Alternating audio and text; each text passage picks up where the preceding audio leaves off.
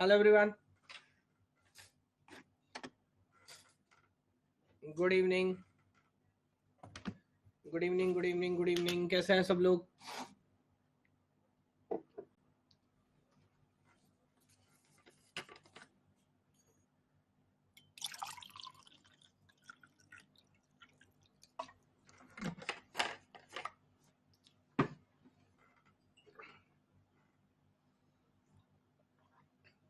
जी हाँ, मैंने कल दिन में वैक्सीन लगवा ली थी, तो मेरे को ज़्यादा टाइम तो नहीं लगा वैक्सीन लगवाने में। बट उसके बाद कल दिन तक ठीक था, बट रात में थोड़ा सा फीवर आया। तो अभी हालांकि इतना कुछ प्रॉब्लम नहीं है, बट थोड़ा सा मैं कचियाई हूँ अभी। तो मैं थोड़ा ध्यान रख रहा हूँ कि ज़्यादा उछल कूद ना मचाऊं, बिकॉज अंदर से थोड़ा थोड़ा यू नो जैसे फीवर में फील होता है, ऐसा फील हो रहा है। तो इसलिए मैंने फिर स्पेशल क्लास भी नहीं रखी थी, बट कॉन्फिडेंस आ रहा है कि चलो भाई अब वैक्सीन लग गई है। यस, कोविड शील्ड है कि कोवैक्सीन है, मैं श्योर नहीं हूँ। शायद कोविड शील्ड है, जो ग्रीन कलर वाली है। वैक्सीन लगने में तो दर्द क्या होगा, इंजेक्शन का जितना दर्द होता है, बहुत छोटा सा ऐसा। Yes, Covid shield.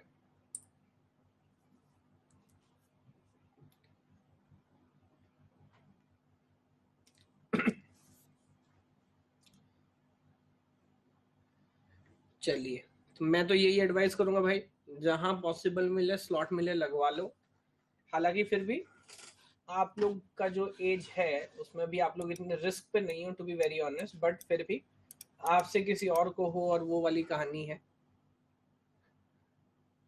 You also got vaccinated, very good, congratulation. जी हाँ, मेरे पूरे फैमिली हम सब वैक्सीनेट हो गए।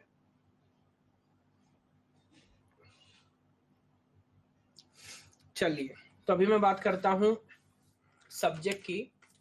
तो आज जैसा आप जानते हैं कि हम स्टार्ट कर रहे हैं digital electronics. Yes, so it's a new subject. मुझे बताएंगे कितने लोग ऐसे हैं जिनकी आज फर्स्ट क्लास है? कितने लोग ऐसे हैं जिनकी आज फर्स्ट क्लास है? कौशिक इज देयर, अनुराग, सत्यम। बाकी अब ये सब झूठे हैं, बट चलिए, देयर आर नंबर ऑफ, मैं कई नाम नहीं भी पढ़ पा रहा हूँ। अच्छा, ऐसे कितने हैं जो कंप्यूटर साइंस ब्रांच से नहीं है? Those who are from electronics और इलेक्ट्रिकल और इलेक्ट्रिकल इलेक्ट्रॉनिक्स, जो कंप्यूटर साइंस ब्रांच से नहीं है।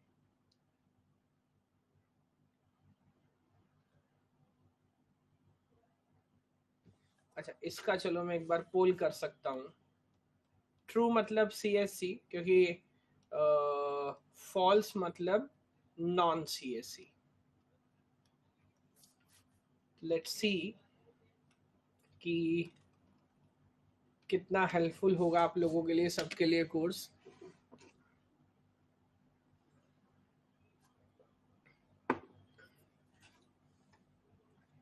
ओके, तो काफी लोग हैं भाई। 15% तो इस क्लास में लगता है कम से कम 200 लोग तो होंगे। 15% मतलब अराउंड 20-30 स्टूडेंट्स तो ऐसे हैं मिनिमम, जो नॉन CSC बैकग्राउंड से हैं। Great, great. ठीक है, तो इसके बारे में बात करूंगा। एक बार मैं जल्दी से आपको बता देता हूँ। जो लोग नए हैं उनको कुछ डाउट्स, कुछ कंफ्यूजन्स होंगे, है ना? जो CSC में भी हैं, तो थोड़ा सा समय आपको पेशेंस रखना पड़ेगा। और आपके जितने क्वेश्चंस होंगे, धीरे धीरे वो सारे क्वेश्चंस यहाँ पे आंसर मैं करूंगा। एक और बात मैं भी आपको बताता हूँ कि काउंसलिंग रिलेटेड जो डाउट है, टुडे ओनली 9:30 to 10, हाँ, 9:30 to 10 I will be taking a 30 minutes special class. आज मैं आपकी एक स्पेशल क्लास ले रहा हूँ, जिसमें काउंसलिंग रिलेटेड अगर कोई भी डाउट, कोई भी कंफ्यूजन होगा, तो वो मैं इस स्पेशल क्लास के अंदर मैं इसको हैंडल कर रहा हूँ। यस, तो अपार्ट फ्रॉम दैट, जो नए लोग हैं एक बार मैं शेड्यूल और बता देता हूँ। This is the current schedule I am taking. तो today we are starting digital electronics. So यहाँ पे मैं अराउंड 20 क्लासेस लेने वाला हूँ। Each class will be of 2 hours. Schedule आप देख सकते हैं। And parallelly I am taking computer networks, जिसकी अभी 2-3 क्लासेस हुई हैं from in the morning 7 AM to 9 AM। इसका लिंक ऊपर यहाँ पे कमेंट लाइन में आपको मिलेगा, आप क्लिक करके इसको भी एनरोल कर सकते हैं।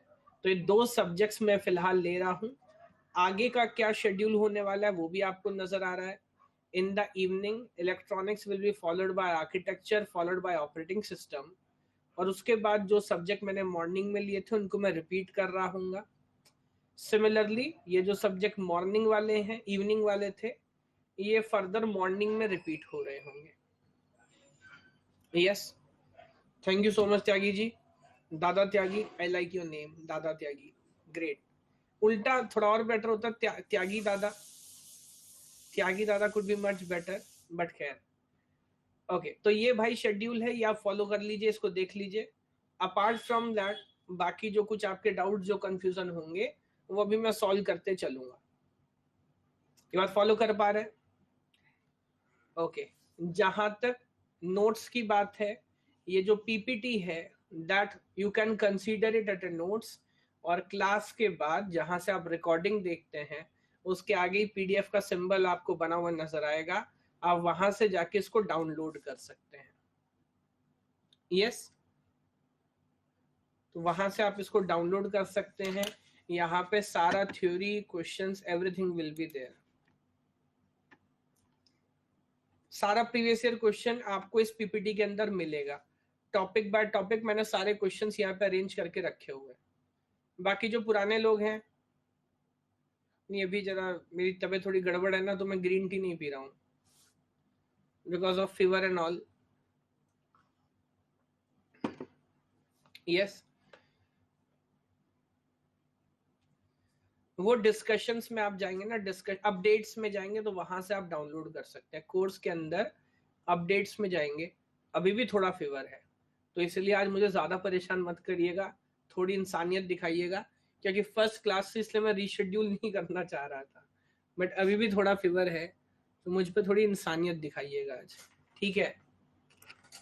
ओके। तो मैं हालांकि मैं दोबारा बता दूं, जो लोग पहले से हैं उनको क्लियर है चीजें। अभी आपकी फर्स्ट क्लास है तो और बहुत बहुत सारे क्वेश्चंस आपको आ रहे होंगे, तो वो सारे क्वेश्चंस भी रिजॉल्व हो जाएंगे, डोंट वरी। थोड़ा समय लगेगा, एक एक चीज आप समझ जाओगे क्या करना है कैसे करना है। यस, बाकी शेड्यूल मैंने आपको पूरा दिखा दिया है। दिस इज द शेड्यूल, तो कोई टेंशन नहीं लेनी। आप यहाँ पर हैं, आपने प्लस ज्वाइन किया है, अब मेरे को देख के किया या डायरेक्टली किया, जैसे भी, अभी आप मेरी रिस्पॉन्सिबिलिटी हो, डोंट वरी अबाउट इट। 2-3 दिन क्लास आपकी रेगुलर चलेगी, everything will be in the sync. Yes, okay. Now as far as electronics is concerned, as far as electronics is concerned, चाहे CSIT है, या मैं तो कहता हूँ आधी इंजीनियरिंग ब्रांच का ये कोर सब्जेक्ट है, नॉट ओनली CSIT। चाहे आप EC से हैं, इलेक्ट्रॉनिक्स से हैं, इलेक्ट्रिकल एंड कम्युनिकेशन है, जितनी भी ब्रांचेस हैं, ये बेसिक सब्जेक्ट तो सबको पढ़ाते ही पढ़ाते हैं, नहीं? अच्छा, जैसा भी मैं 2 दिन पहले आपसे बात कर भी रहा था, हम बोलते जरूर हैं computer science engineering, but more और less it is software engineering. सही बात है। तो this is the only subject digital followed by architecture जहां पर आपको हार्डवेयर का कुछ बेसिक समझने का मौका मिलेगा। हालांकि जैसा मैं बता रहा था, यहां पर भी हम ग्रास रूट इम्प्लीमेंटेशन पे नहीं जाएंगे, तो मैं इस तरह से डायग्राम बना के छोड़ दूंगा, एनालिसिस से दिस इज एंड गेट। अब ये कैसे इंप्लीमेंट हो रहा है वो इलेक्ट्रॉनिक्स में आप डेप्थ में पढ़ोगे, तो वो CSIT वाले नहीं पढ़ेंगे, बट एक फ्रेमवर्क आपको समझ आएगा, है ना? और मैं एक बात क्लियर कर दूं आपको, why digital is followed by architecture, architecture भी फॉलोड बाय डिजिटल। अगर आप आर्किटेक्चर अच्छे से समझना चाहते हैं, आर्किटेक्चर अगर आप अच्छे समझना चाहते हैं, तो उसका रास्ता कहां से होके गुजरता है? इलेक्ट्रॉनिक्स से। तो जब तक आपको combinational circuits, multiplexer, demultiplexers, you know logic gates, flip flops, registers, counters, जब तक उनकी अंडरस्टैंडिंग प्रॉपर नहीं होगी तब तक आर्किटेक्चर समझना, बस आर्किटेक्चर फॉलो करना, फिर चाहे वो मेमोरी है, चाहे पाइपलाइनिंग है, कुछ भी है, मुश्किल होता है। तो इस सब्जेक्ट को वैसे भी एडिशनल इंपॉर्टेंस देके चलनी है। गेट की बात करूं तो 7 से 8 नंबर हर साल आप यहां से एक्सपेक्ट करते हैं, और I can say it very clearly कि ये क्या टोटल मैथमेटिक्स है। As far as digital electronics is concern, it is total mathematics. तो यहाँ पे रट्टाफिकेशन, यहाँ पे थ्योरी की कोई जगह नहीं है। अगर आपके आइडियाज क्लियर हैं, कंसेप्ट क्लियर है, इसमें पूरे में से पूरे नंबर आते हैं, शायद ही कहीं कोई नंबर कटने का स्कोप हो। अगर आप पूरी तरह से चीजों को फॉलो करेंगे तो यहाँ यू मैनेज टोटल मार्क्स, है ना। तो बहुत स्कोरिंग सब्जेक्ट ये है, उसको इतने ध्यान से पढ़िएगा। जैसा मैं बोल रहा हूँ, ज्यादातर क्वेश्चंस आपको न्यूमेरिकल टाइप मिलेंगे, तो थियोरेटिकली शायद ही 1 या 2 क्वेश्चन हो, वरना सबका सब क्वेश्चन न्यूमेरिकल टाइप होगा। Apart from that, question solving की अगर बात करूं, अगर आपके कंसेप्ट क्लियर हैं तो सॉल्व करने में ज्यादा टाइम नहीं लगेगा, क्योंकि न्यूमेरिकल बैकग्राउंड होगी। अगर आपके कंसेप्ट क्लियर हैं तो आप बहुत जल्दी से इसको सॉल्व कर लेंगे। और जहां तक बात इंटरव्यू की, इंडस्ट्री की है, तो CSIT के रिस्पेक्ट में अगर बात करूं तो शायद ही कोई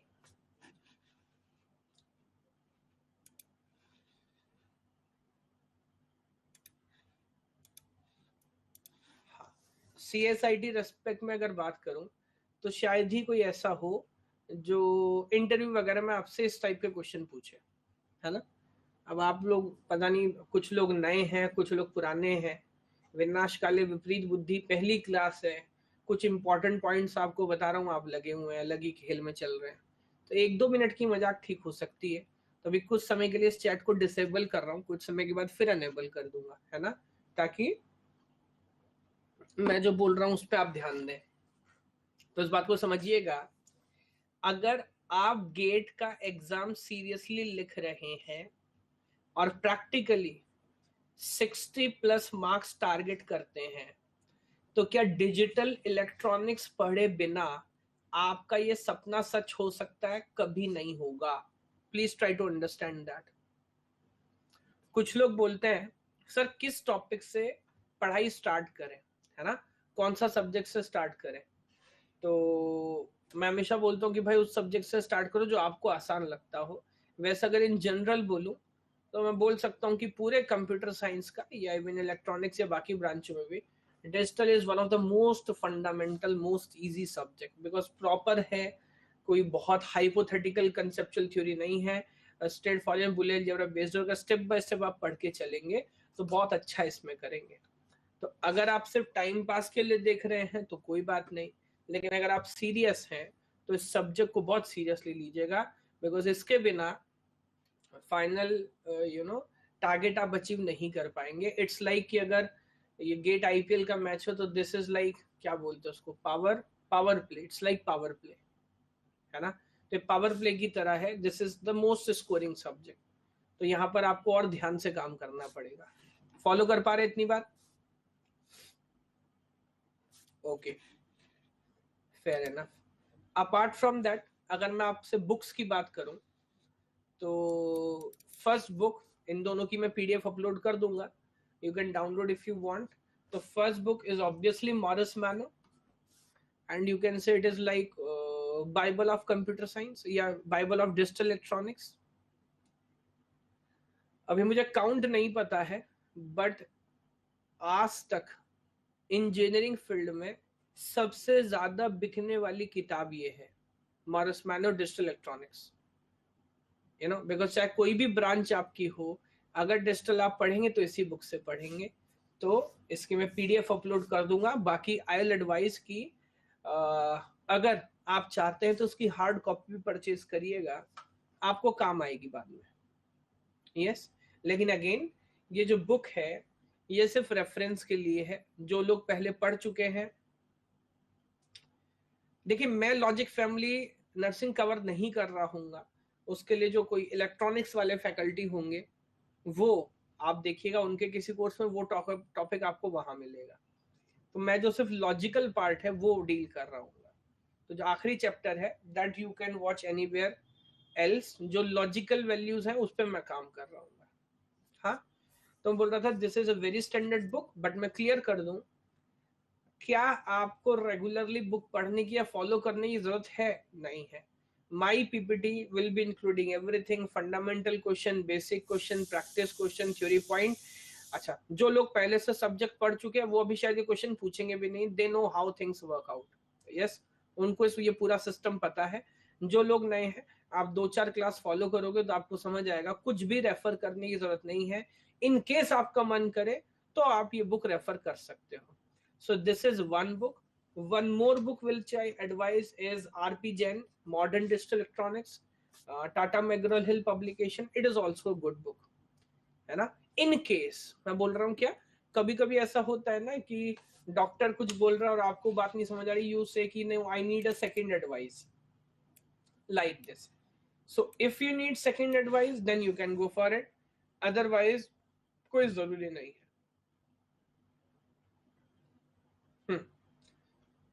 सर पीपीटी के जो क्वेश्चंस हैं आर इनफ और we need to practise more. बताओ भाई, बाकी लोग जवाब दो, जो लोग 1-2 सब्जेक्ट पढ़ चुके हैं।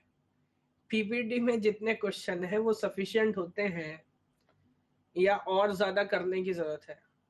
There will be more than enough, don't worry. देखो लोग, इतने सारे लोग एक ही आवाज में आपको जवाब दे रहे हैं तो आप समझ जाओ उनका एक्सपीरियंस बोल रहा है। There will be more and more than enough, वो पूरा डाइजेस्ट कर लो, उसमें भी आपको एफर्ट करना पड़ेगा, है ना। तो कोई टेंशन नहीं है, as far as theory is concern, as well as numerical question is concern, there will be more than sufficient. Okay, apart from that, अगर मैं सिलेबस की आपसे बात करूं, है ना, तो अगेन जैसा आप जानते हैं कि डिजिटल के अंदर भी अगेन बहुत सारे ऑप्शंस, बहुत सारे वेराइटीज रहते हैं, बट यहाँ पर मैं जो सिलेबस है वो प्रिसाइजली कन्फाइन कर रहा हूँ एज ऑफ गेट सिलेबस। सही बात है। तो इस पे एक छोटी सी क्लैरिटी होना चाहिए। No, obviously it's not mandatory, बिल्कुल भी मैंडेटरी नहीं है। पीडीएफ ऑलरेडी, और वैसे तो आपको बुक ओपन करने की जरूरत भी नहीं रहेगी, लेकिन जस्ट मैं बोल रहा हूँ कि कभी कभार यू नो कोई रिश्तेदार आएगा, कोई गांव से आएगा, पूछेगा बच्चा इंजीनियरिंग पढ़ रहा है, कोई बुक तो दिखाओगे ना, तो वो डिजिटल इलेक्ट्रॉनिक्स की एक बुक जरूर खरीदना, अगर खरीदने का मन हो तो, वरना कोई बात नहीं। कभी कभार हो सकता है हार्ड कॉपी काम आ जाए आपके, बस इसलिए। यस, हाँ, ओके। तो अगर सिलेबस की बात करूं तो पहले मैं थोड़ा सा बात करूंगा डिजिटल इलेक्ट्रॉनिक्स का जो फंडामेंटल आइडिया है। हिस्टोरिकली चलें तो हम यहाँ तक कैसे पहुंचेंगे, क्या आइडिया है। यस, ऑब्वियसली यू कैन, बिल्कुल, ये इसीलिए है। और आप देखिएगा, मैं तो बोल रहा हूँ जो इसी वाले हैं, बाकी ब्रांच वाले भी हैं, वो देख सकते हैं। आप लेट आए मेरे ख्याल से राहुल, वैक्सीनेशन का एक्सपीरियंस बहुत अच्छा रहा, कोई दिक्कत नहीं आई। अभी थोड़ा सा फीवर है, बट वो चला जाएगा समय के साथ। What is the difference between CSC and IT? इसका जवाब मैं दूंगा आपको जो 9:30 पे स्पेशल क्लास है ना, उसमें। इसका टेंशन आप यहाँ मत लीजिए। तो जो स्पेशल क्लास है उसमें मैं आपसे इस तरह की जितने सवाल होते हैं वो मैं इसीलिए लगाता हूँ। यस, जी हाँ,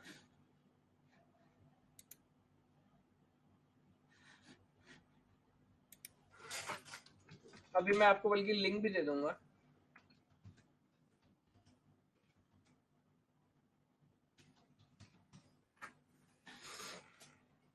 ओके, तो आफ्टर डूइंग दैट मैं बात करूंगा बुलियन अलजेब्रा लॉस की और लॉजिक गेट्स की।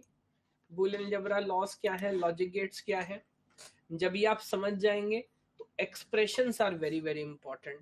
और डिजिटल में एक्सप्रेशन लिखने के कितने फॉर्मेट होते हैं? 2 फॉर्मेट हमारे पास है। कौन कौन सा? One is SOP. SOP stand for, SOP stands for sum of product. आजकल आप न्यूज में देखते होंगे ना, गवर्नमेंट बोलती है एसओपी फॉलो करो, एसओपी फॉलो करो। वो क्या होता है? कोरोना से बचना है तो एसओपी फॉलो करो, क्या वो यही एसओपी है? नहीं नहीं, yes, that is standard operating procedure, मतलब जो कुछ नियम कानून बना दिए गए हैं वो उनकी बात कर रहे होते हैं। ठीक है, तो यहाँ दो मेथड है। और उसके बाद बड़ा इंपॉर्टेंट है मिनिमाइजेशन। कैसे हम किसी एक्सप्रेशन को मिनिमाइज करते हैं पता है किसी को? के map is a very very important tool, जिसको हम बहुत डेप्थ में और बहुत अच्छे से स्टडी करेंगे, कैसे हम मिनिमाइजेशन की पूरी प्रोसेस हैंडल करेंगे, वो यहाँ पर आपको समझ आएगा। यस, अपार्ट फ्रॉम दैट, यहाँ तक मान लीजिए हम प्रिपरेशन कर रहे होंगे, कंसेप्चुअल अंडरस्टैंडिंग ले रहे होंगे। जब यहाँ तक हमारी अंडरस्टैंडिंग कंप्लीट हो जाएगी तब उसको इम्प्लीमेंट करना स्टार्ट करेंगे। और सबसे पहले बात करेंगे कॉम्बिनेशनल सर्किट्स की। Yes, POS is product of sum. तो खैर फुल फॉर्म रटने से भी कुछ होना नहीं, डोंट वरी, ये सब डिटेल में हम डिस्कस करेंगे।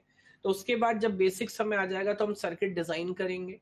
और सर्किट डिजाइनिंग में एडर कैसे काम करता है, करता क्या, कैसे बनाते हैं एडर सब्ट्रैक्टर, उसके अंदर भी फिर मॉडिफिकेशंस होते हैं, उसकी बात करूंगा आपसे।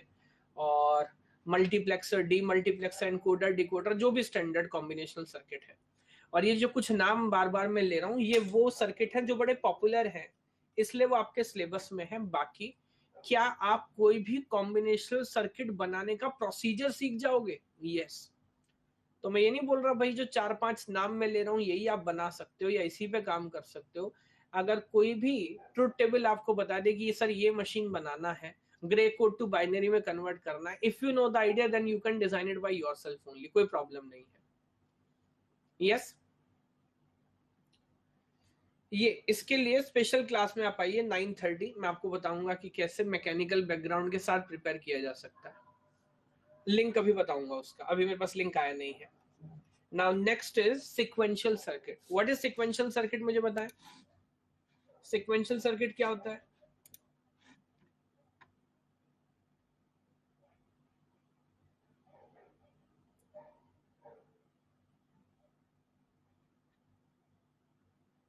Very good.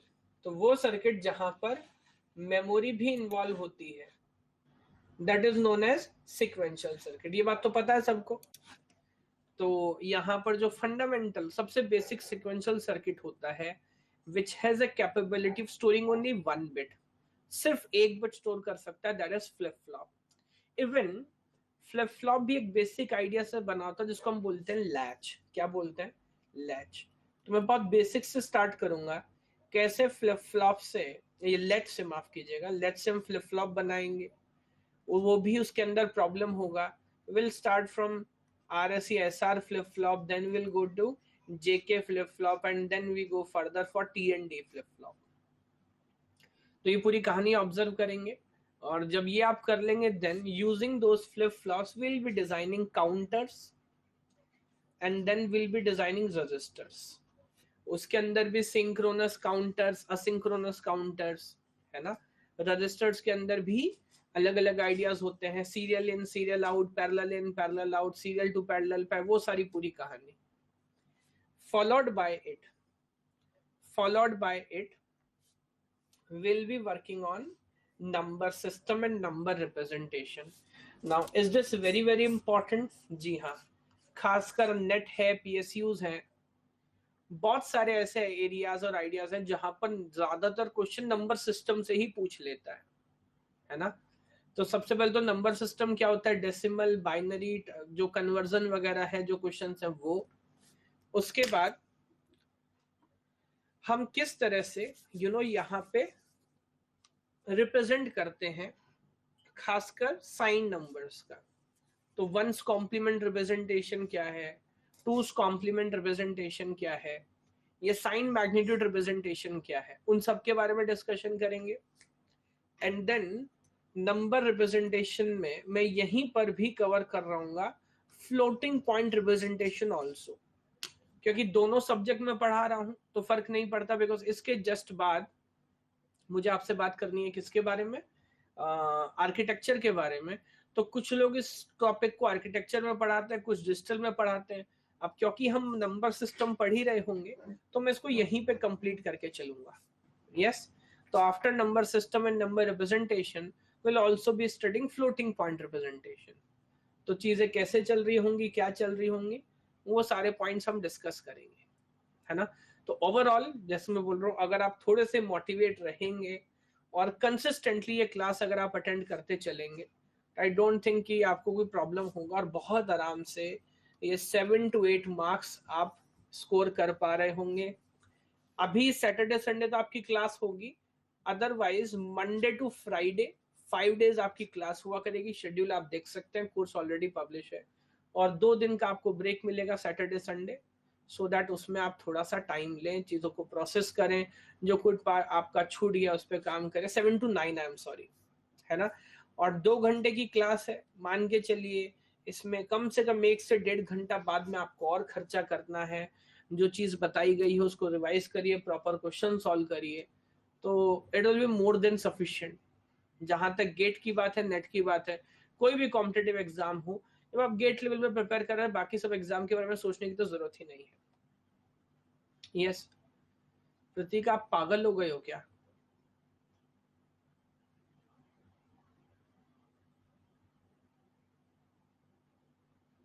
जो बता रहा हूं कुछ सुन रहे हो या एक ही स्टेटमेंट कॉपी करके बैठे हो बस?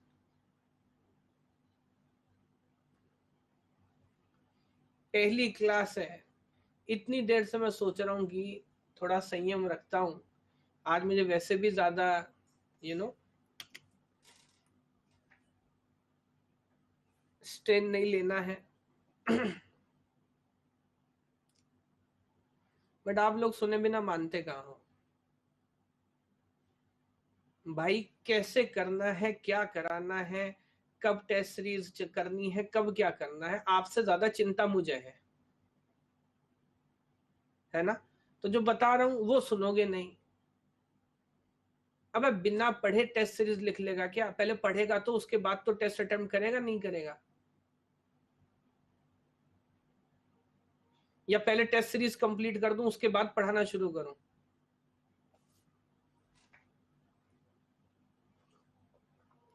अच्छा बोल रहा हूं उसके बाद भाई 9:30 से स्पेशल क्लास है। जो करना है, जो जो भी आपके दिमाग में फैसिनेटिंग आइडियाज होंगे वहां आके पूछ लीजिएगा।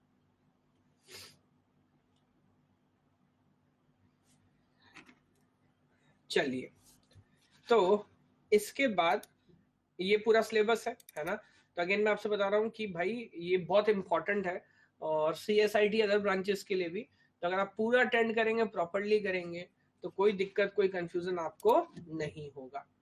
बाकी जैसा मैं हर सब्जेक्ट में स्टार्टिंग में 2 PPT लगाता हूँ, चाहे थ्योरी होगी, न्यूमेरिकल होगी, एवरीथिंग आई टेक केयर। आप जानते हैं, अभी आपको पता है विद एग्जांपल, क्या gate questions, previous year questions में आपको लगभग लगभग सारे क्लास में ही सॉल्व करा दे रहा होता हूँ। लगभग लगभग सारे क्वेश्चन। पहले तो थोड़े कम कराता था, अभी तो like close, no it's not 80, it's close to 100%। कोई एक दो छूटा हो तो छूटा हो, लगभग सारे क्वेश्चन मैंने आपको क्लास में सॉल्व कराए हैं। यस। और अगेन उन टॉपिक पे मैं एडिशनल वेटेज देके चलूंगा जिन टॉपिक का गेट से लेना देना है। तो जब कोई टॉपिक स्टार्ट करूंगा, कुछ मूर्ख हालांकि होंगे जो फिर भी पूछेंगे गेट में आएगा, गेट में आता है, इससे 1 नंबर का आएगा, इंपॉर्टेंट है, पढ़े कि ना पढ़े, ऐसा तो पूछेंगे जरूर। क्या करें बेबी, हमें आदत से मजबूर, वो वाली बात है। बट तो उस आप मेरे तजुर्बे पे छोड़ दीजिएगा, किस टॉपिक को कितना पढ़ाना है कि कितना नहीं पढ़ाना, उसका मैं ध्यान करके चलूंगा, वही बोल रहा हूँ। और किस टॉपिक पे एम्फेसाइज नहीं करना है, ये भी इंपॉर्टेंट है, इजंट इट। तो हो सकता है कुछ टॉपिक्स आपको डोपामिन हिट देते हो, लेकिन अगेन अगर आप इंपॉर्टेंट टॉपिक छोड़ के चलेंगे, या वो टॉपिक जो गेट के हिसाब से इतना रिलेवेंट नहीं है उस पर ज्यादा काम करके चलेंगे, तो दोनों ही केस में आपको नुकसान होगा, है ना। तो वो नुकसान से मैं आपको बचाने की 100% कोशिश करता रहूंगा। और PDF जो है वो आपको मिल जाएगी बुक की, आप चेक करिएगा। उसके बदले में मैं आपसे क्या एक्सपेक्ट करूंगा? पहले तो मैं कोई भी सब्जेक्ट जल्दी में पढ़ाता हूँ, क्या आप लोग बता सकते हैं? मैं कोई सब्जेक्ट जल्दी में नहीं पढ़ाता हूँ, पूरा टाइम लूंगा, कम पड़ेगा, क्लास और बढ़ा लूंगा, क्लास की ड्यूरेशन एक्सटेंड कर लूंगा। तो एक एक क्वेश्चन, एक एक आइडिया पे डिस्कशन करूंगा। और मैं ऐसा नहीं है कि मैं आप लोगों के जो कमेंट्स उन्हें इग्नोर कर रहा हूँ, तो इसी वजह से कई बार मैं तकलीफ में भी खैर आ जाता हूँ। लेकिन एक बात ध्यान रखिएगा कि पहले सुन लीजिएगा पूरी बात, है ना। अब कभी कभी क्या होता है, स्लाइड लगाई, पहला मैप लिखा के मैप, सर ये समझ नहीं आता सर, ये बहुत अजीब टॉपिक है ना, ये नहीं हुआ सर कभी हमसे। अरे भैया अभी पहला लिखा हुआ है, यस, ये एक बच्चा है जो बोलेगा मुझे कुछ नहीं आता, ये होता ही नहीं है सर। दूसरा बोलेगा सर क्या 5 या 6 वेरिएबल पे भी के मैप यूज कर सकते हैं क्या? बेटा अभी पहली स्लाइड है, आप समझ रहे हो, तो वहां भी पहुंचेंगे, पहले 4 का 2 का 3 वेरिएबल का कर ले। ऐसा होता है, मैं झूठ नहीं बोल रहा, आप लोग साक्षी हैं इस बात के। तो 2 लोग 4 स्टेप पीछे चलेंगे, 2 लोग 4 स्टेप आगे चलेंगे। तो बस इस बात का ध्यान रखिएगा कि जो पॉइंट डिस्कस कर रहे हैं उस पर कॉन्सेंट्रेट करें, उसे पहले सुने तो बात समझ आएगी। अगेन जैसा मैं बार बार बोलता हूं, आपकी रैंक जो आप क्लास में पढ़ोगे उससे आएगी, या जो क्लास के पहले और बाद में पढ़ोगे उससे आएगी।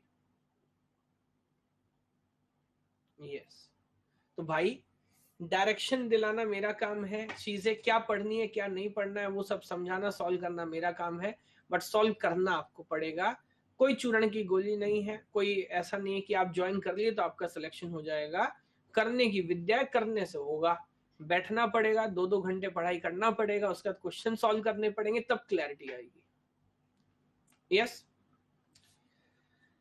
रेगुलरली कंसिस्टेंसी, जिस दिन की क्लास छोड़ दिए वो मान लीजिए नुकसान हो गया। कभी मैं आपको स्टार्ट दिखाऊंगा, आपको बताऊं, किसी सब्जेक्ट की पहली क्लास में अगर 100 लोग होते हैं, यहां बात कर रहा हूं एकेडमी की, नॉट हाइपोथेटिकल, फर्स्ट क्लास में, तो बताओ अगली क्लास में लगभग कितने लोग होते होंगे बस सेकंड क्लास में। फर्स्ट क्लास में अगर 100 है तो अगले में, हाँ मान लीजिए it is close to 85, 80 to 85, और लास्ट क्लास में 40 to 50, है ना। तो आप जितने बड़े 30 मार खाने हैं और गेट के लिए जितने उत्साहित हैं और जितने सवाल पहले क्लास में मुझसे पूछ रहे हैं, ईमानदारी की बात यह है कि आधे से ज्यादा भगोड़े हैं इसमें, जो इस सब्जेक्ट को पूरा किया बिना भाग जाएंगे, जो कोई क्लास पूरी नहीं देखेंगे, कुछ लेट आएंगे, कुछ बीच में चले जाएंगे, कुछ देखेंगे तो पूरे कंसंट्रेशन से नहीं देखेंगे, और बाद में फिर समाज में भ्रांतियां फैलाएंगे कि सब्जेक्ट मुश्किल है, इंजीनियरिंग से भाई साहब क्या होता है आजकल, रिश्वत देने वालों की ही नौकरियां लगती हैं। तो यही वो लोग हैं जो बाकी के फिर समाज में ये सब कहानियां सुनाते हैं, है ना। बीटेक पास हो जाते, के मैप बनाना नहीं आता, फिर ट्विटर पे चलाते हैं मोदी रोजगार दो। अबे के मैप तो बना ले, रोजगार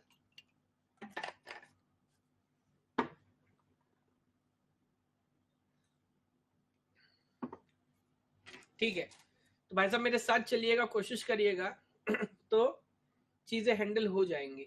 जितनी प्रैक्टिस करेंगे उतनी क्लैरिटी आएगी। मैं इन सब चीजों को इतनी बार प्रैक्टिस कर चुका हूं, इसलिए आपको कहीं लगेगा सर को कैसे आता, भाई कोई वो नहीं है, कोई ड्रामा नहीं है, कोई शॉर्टकट नहीं है।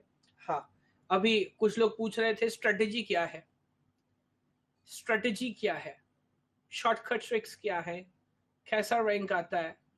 भाई साहब स्ट्रेटेजी ये है कि 7 बजे आना पड़ेगा, 9 बजे तक क्लास देखनी होगी, उसके बाद बैठ के जाके उस पर काम करना होगा, और ऐसा 1 साल तक करना होगा तो रैंक आ जाएगी। ये स्ट्रेटेजी है, कर पाइएगा तो कर लीजिए, इसमें कोई बहुत मुश्किल काम नहीं है। स्ट्रेटेजी समझ आ गई? ठीक है, तो मैं कुछ फंडामेंटल्स डिस्कशन करना स्टार्ट करूं। अच्छा, एक और बात मैं इसमें ऐड करूंगा पीपीटी में, कमेंट जो है ये एकमात्र तरीका है, एक it is the only method by which you can ask something, you can give your feedback, yes और नो। एक ही शक्ति आपके पास है इस प्लेटफॉर्म में, वो है आपके कमेंट, है ना। तो इस शक्ति को, इस पावर को बड़ा पेशेंस और समझ से इस्तेमाल करिएगा। अगर 2 घंटे की क्लास में आप पूरा समय कीबोर्ड पे ही बैठे हुए हैं तो भाई सुनेंगे कब? इस बात को समझ पा रहे हैं क्या? बहुत लोग बहुत बार बेफजूल के कमेंट करेंगे, है ना, करते रहेंगे, उनकी आदत है, बट क्योंकि पहली क्लास है इसलिए मैं बोल दे रहा हूं, इस ताकत का इस्तेमाल सिर्फ तब करें जब सच में जरूरत है, या जब मैं बोलता हूं कि भाई बता दो यस और नो ऐसा, अदरवाइज बात सुने और पढ़े। जब टॉपिक कंप्लीट होगा तो हर टॉपिक के बाद मैं रुक के पूछूंगा आपसे कोई डाउट है क्या, उसको लिख के रख लीजिए, टाइप करके रख लीजिए। टॉपिक के बीच में सवाल पूछेंगे तो मैं उस समय उसे एंटरटेन नहीं कर पाऊंगा, ऑफ द बीट हो जाएगा, है ना। तो ये शक्ति है, बट शक्ति तब काम करेगी जब आप उसका सही तरीके से इस्तेमाल करेंगे। मेरी बात समझ रहे हैं? तो कुछ लोग हैं विनाशकाले विपरीत बुद्धि, वो तो खैर करते रहेंगे, उनसे आप टेंशन मत लीजिएगा, लेकिन आप इस शक्ति का इस्तेमाल तब करिएगा जब सीरियसली आपको कुछ कंफ्यूजन हो।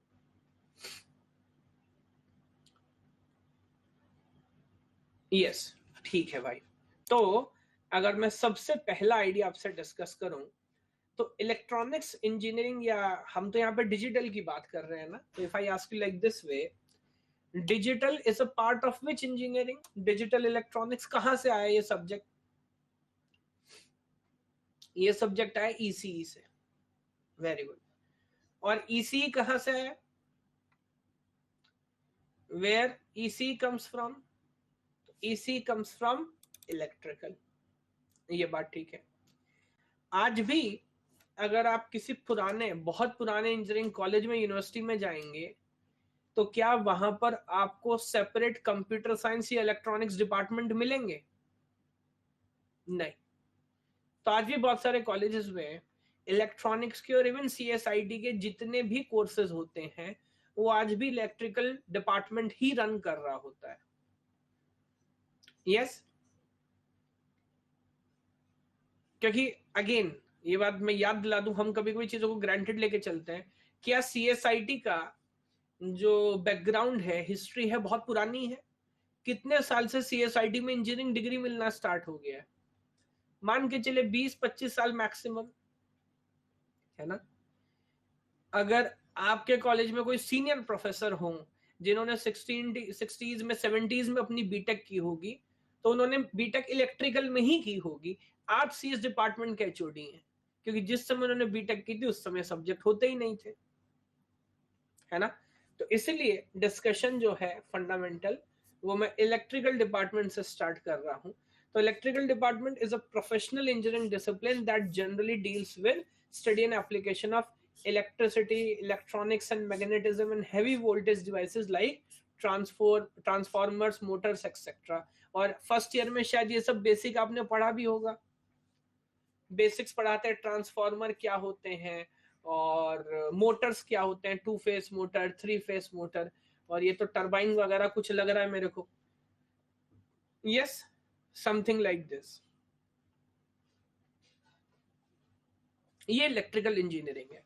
अब आप समझिए, इलेक्ट्रिकल का मतलब तो यही था जो बेसिकली हैवी वोल्टेजेस के साथ डील करते हैं। कुछ समय के बाद क्या इलेक्ट्रिकल इंजीनियरिंग में ही हमने कम वोल्टेजेस के साथ डील करने वाले डिवाइसेस बनाए, the devices which deals with low voltages. Yes, और यहां पर हमें बात करनी पड़ेगी इलेक्ट्रॉनिक्स की। Yes, so electronics engineering is a electrical engineering discipline. हम बोल सकते हैं ये इलेक्ट्रिकल का ही एक ब्रांच है, where we works on low voltage devices, जो कम वोल्टेज पे डील करते हैं, such as semiconductor devices, transistors, diode, ICs, to design electronic circuits और वीएसएलआई डिजाइन एंड सिस्टम्स। सही बात है। हालांकि ये डेफिनेशन कुछ रटना नहीं है आपको, जस्ट मैं एक बेसिक समझाना चाह रहा हूं। तो देखिए, इंसान क्या है ना, हम लोग क्या करते हैं, रिक्वायरमेंट के हिसाब से अपने आप को बदलते रहते हैं, है ना। तो इलेक्ट्रिकल एक ब्रांच थी, उससे हमने इस तरह के डिवाइसेस बनाए, बट कुछ समय बाद हमें समझ आने लगा क्या ये डिवाइसेस बड़े इंपॉर्टेंट हैं, क्या इनका बहुत इंपॉर्टेंट यूज हम कर रहे हैं। हाँ, तो फिर लोगों ने कहा चलो एक काम करते हैं ना यार, इसको सेपरेट ब्रांच बना दो, अगर ये इतना इंपॉर्टेंट है तो 4 साल अलग से इसमें पढ़ाते हैं, फिर जिसको ये पढ़ाएंगे उसको हेवी डिवाइसेस, ट्रांसफार्मर और मोटर्स और ये सब नहीं पढ़ाते। So that is how electronics engineering comes into picture. ये पॉइंट फॉलो कर पा रहे हैं? Electronics engineering is derived from electrical engineering only. और कुछ समय के बाद जब लगा कि यार इतना इंपॉर्टेंट, तो लगा चलो इसको सेपरेट ब्रांच की तरह पढ़ लेते हैं। अब आप मुझे बताओ, क्या इन्हीं सर्किट्स का इस्तेमाल करके हमने कंप्यूटर बनाया है? Isn't it? तो खैर उसके उस तक बाद में आगे बढ़ेंगे, लेकिन अगर आप चाहें तो ऐसा सोच सकते हैं कि जब इन सर्किट का इस्तेमाल करके हमने कंप्यूटर बनाया तो हमें समझ आया यार इसमें पढ़ने के लिए बहुत कुछ है। तो कंप्यूटर साइंस को इलेक्ट्रॉनिक्स में रह के ही पढ़ा दिया, या फिर उसको दोबारा सेपरेट ब्रांच बनाना पड़ा, बिकॉज जहां पे सॉफ्टवेयर के बहुत सारे डिस्कशंस हो गए, then that considered as separate branch, है ना। तो बेस्ड ऑन दैट हम मॉडिफिकेशन करते रहते हैं। और आप देखोगे भी बहुत सारे जो आजकल यूनिवर्सिटीज हैं वो इवन नेटवर्किंग में बीटेक दे रहे हैं, बीटेक इन सॉफ्टवेयर इंजीनियरिंग ओनली। सुना है आपने कहीं? बीटेक इन नेटवर्क सिक्योरिटी, यानी कि वो पूरा कंप्यूटर साइंस भी नहीं पढ़ा रहे। हाँ, वो कह रहे हैं हम तो सिर्फ सॉफ्टवेयर डिजाइनिंग में, टेस्टिंग में बीटेक दे रहे हैं, या नेटवर्क्स में सिर्फ बीटेक्स दे रहे हैं, लाइक दिस। तो अभी हमें सुन के अजीब लग रहा है, लेकिन हो सकता है आज से 20 साल के बाद जिन कॉलेजेस में जो ब्रांच आप देखते हैं ना, वो ब्रांच पूरी तरह बदल चुकी हो, और एआई में बीटेक चल रहा हो, इजंट इट, मशीन लर्निंग में बीटेक के कोर्सेज हो, ऐसा हो सकता है। यस, इंटरनेट अपने आप में इतना बड़ा, अभी हम नेटवर्क्स पढ़ रहे हैं, नेटवर्क्स अपने आप में इतना कॉम्प्लेक्स है कि उसमें 4 साल पढ़ाया जा सकता है, कोई बड़ी बात नहीं है। तो वो तो based on the requirement, database पे पूरा बीटेक करा लो, अब इतना कुछ है पढ़ने के लिए। मैं वही कह रहा हूँ, कुछ यूनिवर्सिटीज ऑलरेडी इस तरह के कोर्सेज ऑफर कर रही हैं, तो मैं कोई बहुत हाइपोथेटिकल बातें नहीं कर रहा आपसे, ठीक है। तो अब इलेक्ट्रॉनिक्स की क्या कहानी है वो आप समझ गए। इलेक्ट्रॉनिक्स के अंदर भी हम दो तरह के आइडियाज पढ़ते हैं, और इसी वालों का तो कोर सब्जेक्ट होता है एनालॉग एंड डिजिटल। दो तरह के सिस्टम होते हैं, सुना है आपने? एनालॉग एंड डिजिटल, और बाकायदा सब्जेक्ट होता है analogue to digital, digital to analogue conversion. Yes, तो इसके बारे में एक छोटी सी चर्चा हमें करनी है, बिकॉज हम यहाँ पर जिन डिवाइसेस के साथ काम कर रहे होंगे, देयर विल बी एनालॉग और digital, there will be digital. So एक आर्ग्यूमेंट हो सकता है ना, सर अगर इलेक्ट्रॉनिक्स ही बढ़ना है तो why only digital devices, why not analogue devices? और क्यों हम प्रेफर कर रहे हैं, और क्यों समय के साथ digital devices are slowly taking over? तो वो चीज हमें समझनी होगी, है ना, किन का एडवांटेज क्या है। Very good. तो देखिए, अगर मैं एनालॉग की बात करूं, analogue systems in analogue representation continuous value are used to denote the information. जैसे ये एक सिग्नल आप देख सकते हैं, is it a continuous representation? Yes.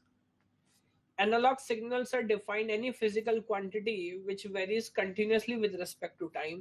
और ये कुछ मैंने एग्जांपल्स लिखे हुए, amplifier, CRO, ECG, watch, radio. इसमें से ये डिवाइस तो शायद आपने इलेक्ट्रॉनिक्स लैब में देखा भी हो।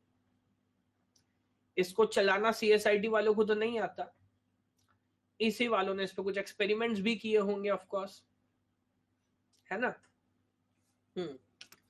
लेकिन मजे की बात क्या है, आप लोग वो जनरेशन है, आप लोग वो जनरेशन है जिन्होंने बहुत सारे डिवाइसेस को एनालॉग से डिजिटल में कन्वर्ट होते देखा है, दैट इज इंपॉर्टेंट। तो आपसे मुझे डिजिटल डिवाइसेस के एडवांटेजेस या प्रॉपर्टीज के बारे में बात करना रिलेटिवली ज्यादा इजी है। फॉर एग्जाम्पल, वॉच का एग्जाम्पल आप देख सकते हैं, है ना। एक टाइम तक ज्यादातर लोग एनालॉग वॉच ही यूज करते थे, जिसमें सुई होती है, बाकायदा रोटेट करती है, that is how you see the time. और फिर कुछ समय के बाद डिजिटल वॉचेस आई थी, है ना। बट डिजिटल वॉचेस जो थी, मैं आपको अगर याद दिलाऊं, तो पहले तो बच्चे यूज करते थे बस, बड़ा कोई नहीं करता था डिजिटल वॉच। जो मेले में 20 रुपए की हमारे पापा दिलाते थे, मैं 20 रुपए की आती थी चाइना वाली, याद है? उसका ढक्कन खुलता था, वो पूरी उसकी मशीन भी निकल जाती थी, पानी में डुबा के धूप में सुखा लो फिर चल जाती थी। तो बच्चों को दिला देते थे वो डिजिटल डिवाइस, 10 रुपए का आता था, चलो हम 25 का लाते थे, वो इस्तेमाल था। बट आजकल स्मार्ट वॉचेस, हालांकि डिजिटल भी अलग लेवल पे चला गया है, आजकल तो ज्यादातर लोग डिजिटल वॉचेस ही यूज कर रहे हैं फिटबिट एंड ऑल। मैं वही देख रहा था यार, मैंने भी एक लेके रखी हुई है, हालांकि मैं उसे इस्तेमाल नहीं करता कभी। ये पड़ी हुई है, कभी कभी जब मुझे याद आता है कि मैंने खरीदी है तो मैं इसको लगाता हूँ। ये मैं इसको ये रखी हुई है ना। तो दिस इज एग्जाम्पल। ये चार्ज तो होगी नहीं, हाँ चार्ज नहीं है, ठीक है। तो ये बात समझ आती है कि आजकल एनालॉग वॉचेस जो हैं वो बहुत, किसी को पहनना तो पहनना, लेटेस्ट जितने जनरेशन है वो सब तो इसी तरह की डिजिटल वॉचेस इस्तेमाल करते हैं। सही बात है। अच्छा, रेडियो का तो हाल ये हो गया है, मेरे ख्याल से सेपरेट रेडियो ही डिवाइस यूज करना लोगों ने बंद कर दिया, फोन ही हर चीज को रिप्लेस कर रहा है, isn't it?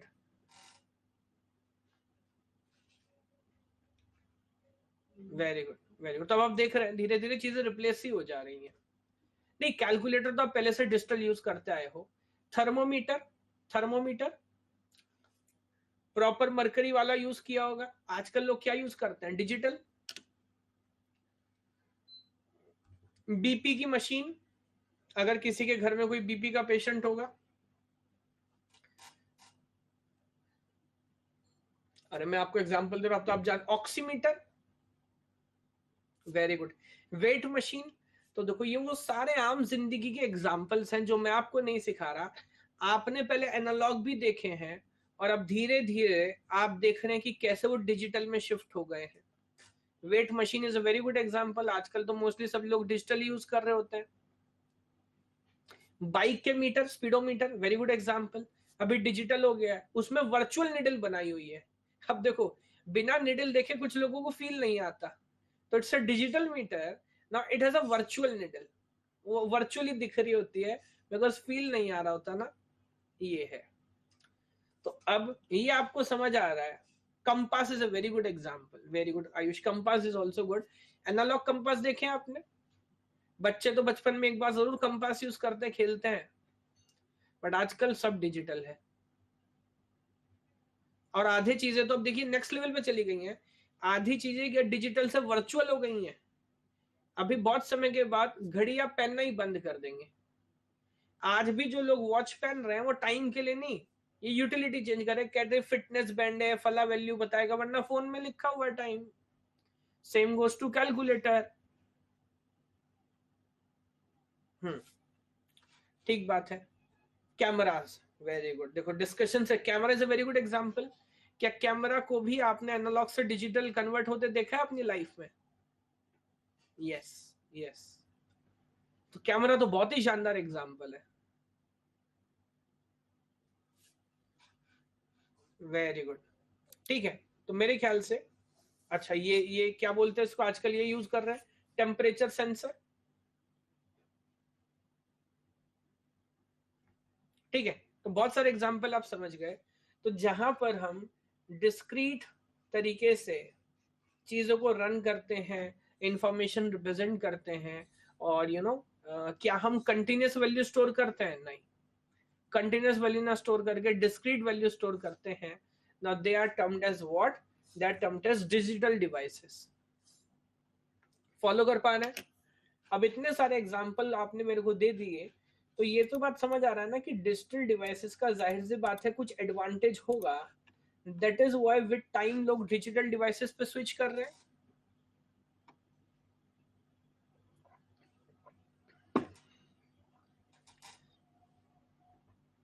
क्या एडवांटेज है? एक दो एडवांटेज मुझे बताएंगे? What are the advantages of digital devices?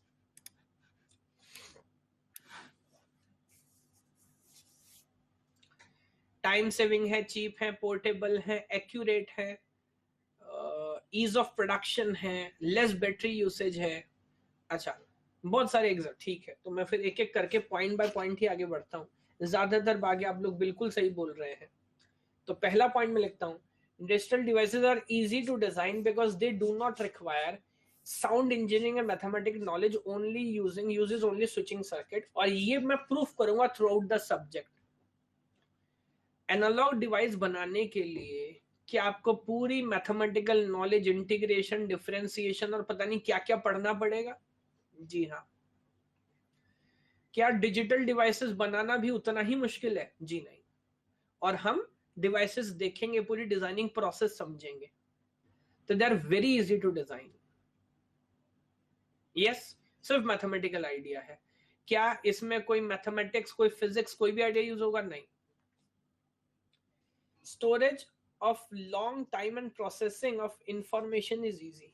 कह रहा है ये लंबे समय तक इंफॉर्मेशन को स्टोर कर सकते हैं और इंफॉर्मेशन को प्रोसेस करना भी आसान है। अब देखिए, ये चीज हमने समय के साथ सीखी है। पॉइंट इज, लॉन्ग टर्म में हमें समझ आता कि कोई भी डिवाइस है, या तो हम उसे कंप्यूटर से कनेक्ट करना चाहते हैं आज के टाइम पे, चाहे वो कोई भी कॉम्प्लेक्स मशीन हो, है ना, या वो अपने आप में खुद ही छोटा सा कंप्यूटर बन जाता है। और कंप्यूटर कैसा डिवाइस है? कंप्यूटर कैसा डिवाइस है? कंप्यूटर तो डिजिटल डिवाइस है, isn't it? Computer is a digital device. So अगर मेरा डिवाइस भी डिजिटल होगा तो इंफॉर्मेशन को ट्रांसफर करना, प्रोसेस करना, यू नो, इंफॉर्मेशन का स्टोरेज करना फॉर लॉन्ग टाइम क्या बहुत आसान होगा? अब मुझे याद नहीं, आप बताएं। कम से कम जो, इवन मेरे ख्याल से ये बात आप लोगों में भी जारी है, इवन जो आप लोगों की भी जनरेशन है, या मैं अपनी बता देता हूँ, हमारे जो मम्मी पापा की जो शादियों की सीडीज होती हैं, वो कैसेट होती हैं, वो रील वाली होती थी। याद है, आपने देखी है? वीडियो कैसेट जिसे बोलते थे, वीसीआर में चलती थी, है ना? तो ऐसा तो रोज कोई देखता नहीं है, कभी 10-20 साल बाद निकाला तो पता लगा वो रील ही खराब हो गई है। जो टेप है, मैग्नेटिक टेप, वो चिपक जाती है आपस में, है ना? बट आजकल के टाइम पे अगर तो, या फिर लोग क्या करते थे पहले से, उसको प्रिंट करा के रखते हैं। पुराने एल्बम्स होती हैं आपके मेरे हम सभी के घरों में, जिसमें आप देख के खुश होते हैं, मैं बचपन में ऐसा दिखता था। कि भाई तू आज भी ऐसा ही दिखता है, पहले भी गधा दिखता था, आज भी गधा दिखता है। बट यू नो, हम सभी के घरों में पुरानी एल्बम्स होती हैं। तो आप समझ रहे हैं कितना मुश्किल है वो सारा इंफॉर्मेशन स्टोर करके रखना। बट आजकल स्टोर करना आसान है कि मुश्किल है, मुझे बताएं। आजकल बहुत आसान है, अब जल्दी से फोटो क्लिक करते हो और 5 मिनट में वो, पेन ड्राइव भी मेरे ख्याल से भी आउटडेट हो गया। कोई कोई पेन ड्राइव में डेटा रखता है क्या? अभी अभी सब सर्वर पे है, अभी लोगों ने वो भी छोड़ दिया है। मेरे ख्याल से अगर आप ध्यान देंगे तो लास्ट 5-6 ईयर्स में हार्ड डिस्क रखने का फैशन चला गया, वरना लोग बड़े बड़े बैकअप रखा करते थे अपने पास, नहीं? जब से ये ओटीटी प्लेटफॉर्म्स आए हैं, लोगों ने पिक्चर डाउनलोड करनी बंद कर दी, जो चाहिए उसी वक्त देख लेते। इंटरनेट भी अब तो अपने पास, वरना याद है आपको, सारी पिक्चर लोग डाउनलोड करके रखते थे, audio songs, video songs download करके रखते थे। अभी कोई नहीं रखता, सब कुछ नेट पे है, जब जो चाहिए मिल जाएगा।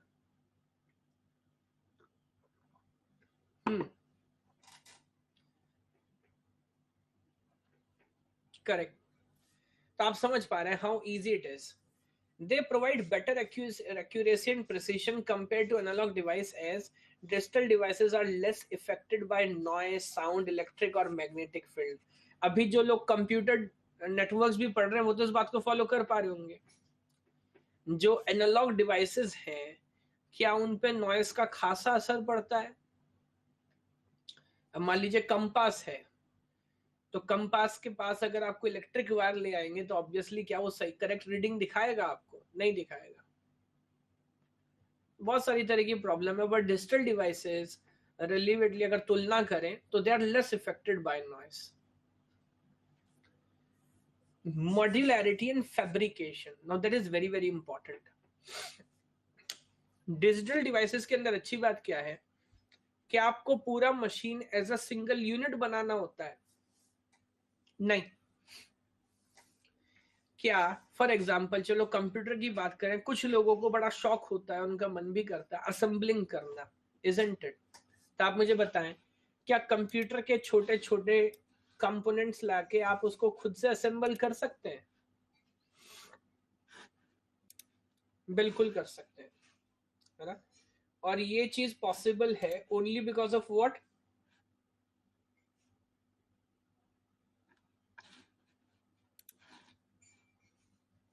Only because of modularity. Because हम ऐसा सिंगल यूनिट में आइडिया नहीं बना रहे, हम छोटी छोटी यूनिट्स बना रहे हैं और उनको मर्ज कर दे रहे हैं। है ना। फैब्रिकेशन, इलेक्ट्रॉनिक्स वाले इस बात को बेहतर जानते हैं। छोटी छोटी चिप्स है। मेरा जो प्रोसेसर है सिस्टम में शायद 1 इंच, ये आई एम सॉरी, ये था ना इमेज, लुक एट दिस, कहाँ गया कहाँ गया कहाँ गया, लुक एट दिस, ये क्या है आप मुझे बताओगे, what is this? This is the total processor, ये सारा प्रोसेसर है। नाउ यू कांट इमेजिन इसके अंदर क्या क्या हो रहा है, कितना कुछ भर दिया इन लोगों ने इतने से साइज में। कोई भी हो, दैट डजंट मैटर। इवन ये बात आप गेस कर सकते हो कि और 10 साल के बाद देखोगे तो इसका साइज बड़ा होगा कि छोटा होगा, और छोटा हो जाएगा ये। यस, तो फैब्रिकेशन मतलब छोटे से छोटे स्पेस में उसको फिट करना। क्या ये चीज यू नो एनालॉग डिवाइसेस के साथ भी पॉसिबल है? नहीं भाई, एक थ्रेशोल्ड है, उससे ज्यादा नहीं छोटा कर पाओगे ना। इट इज क्वाइट पॉसिबल कि इसके अंदर 1 मिलियन लॉजिक गेट्स हो, 10 लाख लॉजिक गेट 1 इंच के अंदर। कैसे इन्होंने फैब्रिकेट किया है? Yes, Moore laws is there. क्या बोलता है Moore law? I think in every 10 और 20 है, कॉस्ट और साइज दोनों क्या हो जाता है, हाफ हो जाता है। यस, सो ये सारे एडवांटेज इसीलिए आज आपको मिल पा रहे हैं because we are working in the idea of digital field. और सबसे इंपॉर्टेंट है कॉस्टिंग। ये बहुत महंगे हैं कि बहुत सस्ते हैं? नाउ समटाइम्स हम चीजों को इतना रिलेट नहीं कर पा रहे होते, बट चीजें समय के साथ बहुत महंगी हुई हैं, बहुत सस्ती हो गई हैं, खासकर इलेक्ट्रॉनिक्स बहुत सस्ती हो गई ना। I can be quite sure कि लाइक आज से 20 साल पहले, आज से 25 साल पहले, है ना, जब शायद आप पैदा भी नहीं हुए थे, तब भी कलर टेलीविजन 15-20 हजार का ही आता था। Do know that? तब भी लाइक 15-20 हजार का, आज से 20 साल मतलब आज वो 1 लाख का होना चाहिए था, बट आज भी वो 15-20 हजार का ही है। इसका मतलब चीजें 4-5 गुनी सस्ती हो गई हैं, they are much cheaper now. और पावर तो आप छोड़ ही दीजिए, so you can say there are 5 times cheaper and there 5 times more powerful.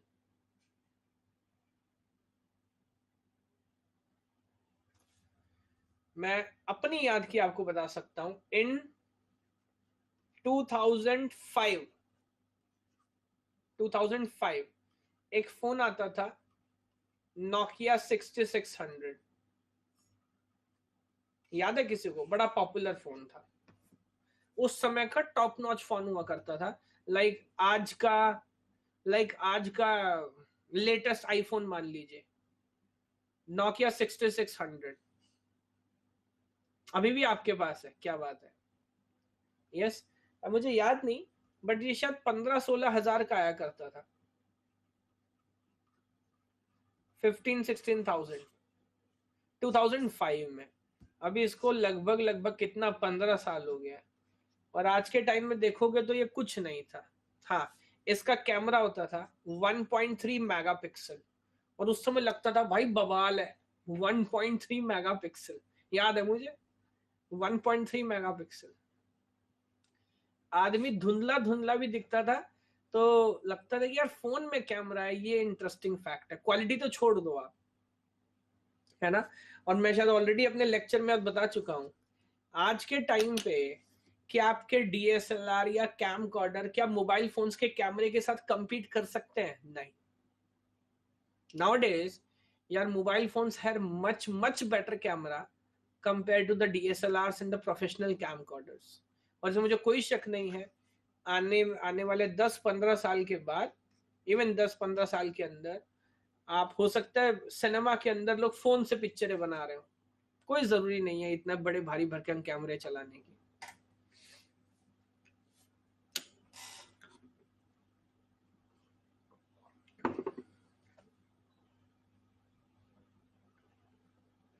चलिए ओके, आगे बढ़ता हूं। तो ये तो आपको समझ आ रहा है डिजिटल का एडवांटेज क्या है।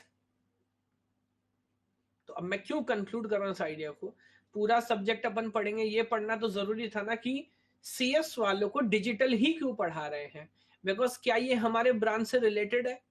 जी हाँ। और आने वाले समय में अभी भी वो डिवाइसेस जो डिजिटल नहीं हो पाए हैं या they are in the process, वो भी आपको आने वाले टाइम में डिजिटल दिखेंगे। यस, इंटीग्रेटेड मतलब इंटीग्रेटेड सर्किट। जब एक छोटे से चिपसेट में आईसी, नहीं समझा आपने, टीवी वाले को बुलाते हैं, वो बोल कर सर इसकी आईसी फूक गई, आईसी खराब हो गई। एक छोटे से एरिया में जब बहुत सारे छोटे छोटे डिवाइस लगा देते हैं उसको बोलते हैं इंटीग्रेटेड सर्किट, आईसी। तो अगर मैं कंक्लूड करूं तो मैं बोल सकता हूं digital system have such a prominent role in day-to-day life, so we refer present technology period as digital age। ये सुना है आपने? आजकल बोलते हैं ना it's agriculture age, industrial age और it's digital age, digital era. तो आप समझो कितना इंपॉर्टेंट है डिजिटल इंडिया। यस, तो did Modi say analog India? Did Modi say analog India? No, Modi से digital India. So now you can understand कि how important the topic is। हम समझ रहे कि ये जो सोसाइटी है, ये जो समाज है, ये पूरा डिजिटलाइज हो रहा है, डिजिटल कर देंगे हर चीज को। अब आप समझिए, अभी आप देख रहे हैं कि वैक्सीनेशन एंड ऑल सब पूरी प्रोसेस चल रही है ना? देखिए कमियां तो बहुत कामों में होती है और फिर भी नजर आती है, बट मैं आपसे एक बात पूछना चाहता हूं। इमेजिन करो कि यही आज से 20 साल पहले हुआ होता, ये प्रॉब्लम 1990s में आई होती, तो ये जो वैक्सीनेशन और ये जो पूरी प्रोसेस आप फोन के थ्रू कर पा रहे हैं, इसमें कितनी धांधली होती, कितनी चोरी होती, कितने बड़े घोटाले होते, यू कांट इमेजिन दैट। ये सिर्फ और सिर्फ इसलिए हो पा रहा है इतने प्रॉपर तरीके से क्योंकि फोन सबके पास है और फेयर सिस्टम है। नहीं लगता आपको? खून हो रहे होते समाज में, ये वैक्सीन की शीशी भी, मतलब ऐसा हो सकता है, अभी भी मैं नहीं बोल रहा हूं, हो सकता है कोई 1 लाख में एक आदमी जुगाड़ कर ले रहा हो, मेरा रिश्तेदार डॉक्टर है या ऐसे वैसे, बट बाजार में खुलेआम वैक्सीन नहीं बिक रही है चोरी में, ये तो मानते हैं ना सब लोग। मजे की बात है कि क्या वैक्सीन हर जगह है? हाँ, हर सेंटर पे, ऐसा नहीं कि सरकार ने बंदूक के अंदर रखी हुई है, हर जगह है, बट फिर भी प्रॉपर तरह से मैनेज हो पा रही है। That is only because of digitalization, वरना पॉसिबल नहीं था। यस और नो?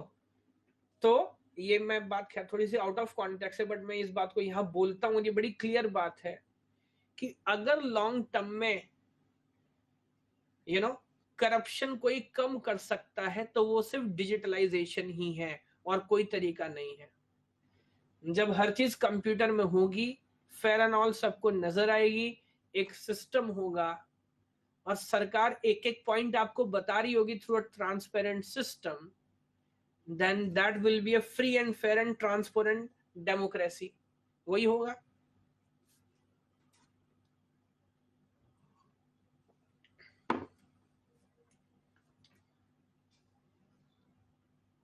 यस, करेंसी देखिए, अभी डिजिटल करेंसीज आ गई हैं, बहुत लोग इन्वेस्ट कर रहे हैं, बहुत लोग पैसा भी कमा रहे हैं।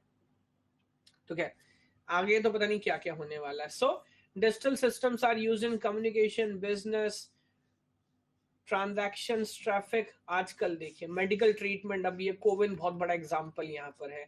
Medical treatment, space, weather forecasting, internet, other commercial, शायद ही ऐसा कोई फील्ड हो जहां आज भी हम डिजिटल डिवाइसेस ना यूज कर रहे हो। फॉलो कर पा रहे हैं?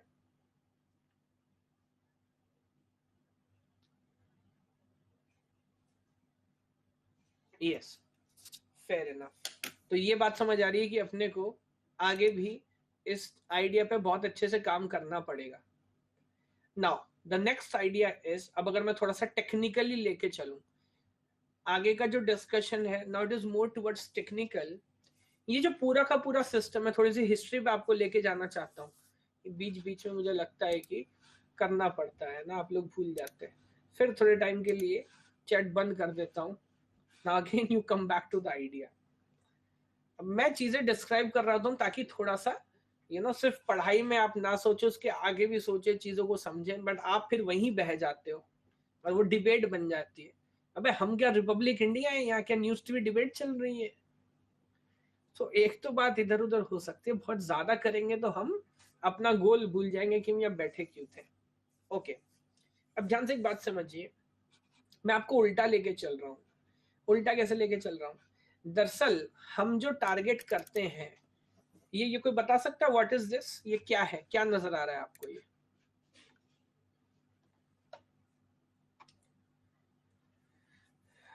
ये सीपीयू है। Don't say it's a CPU, it's a total system. बेटा सीपीयू तो ये है ना, इतना पार्ट सीपीयू है, इनपुट भी है, आउटपुट भी है, मेमोरी भी है, तो ये तो कंप्यूटर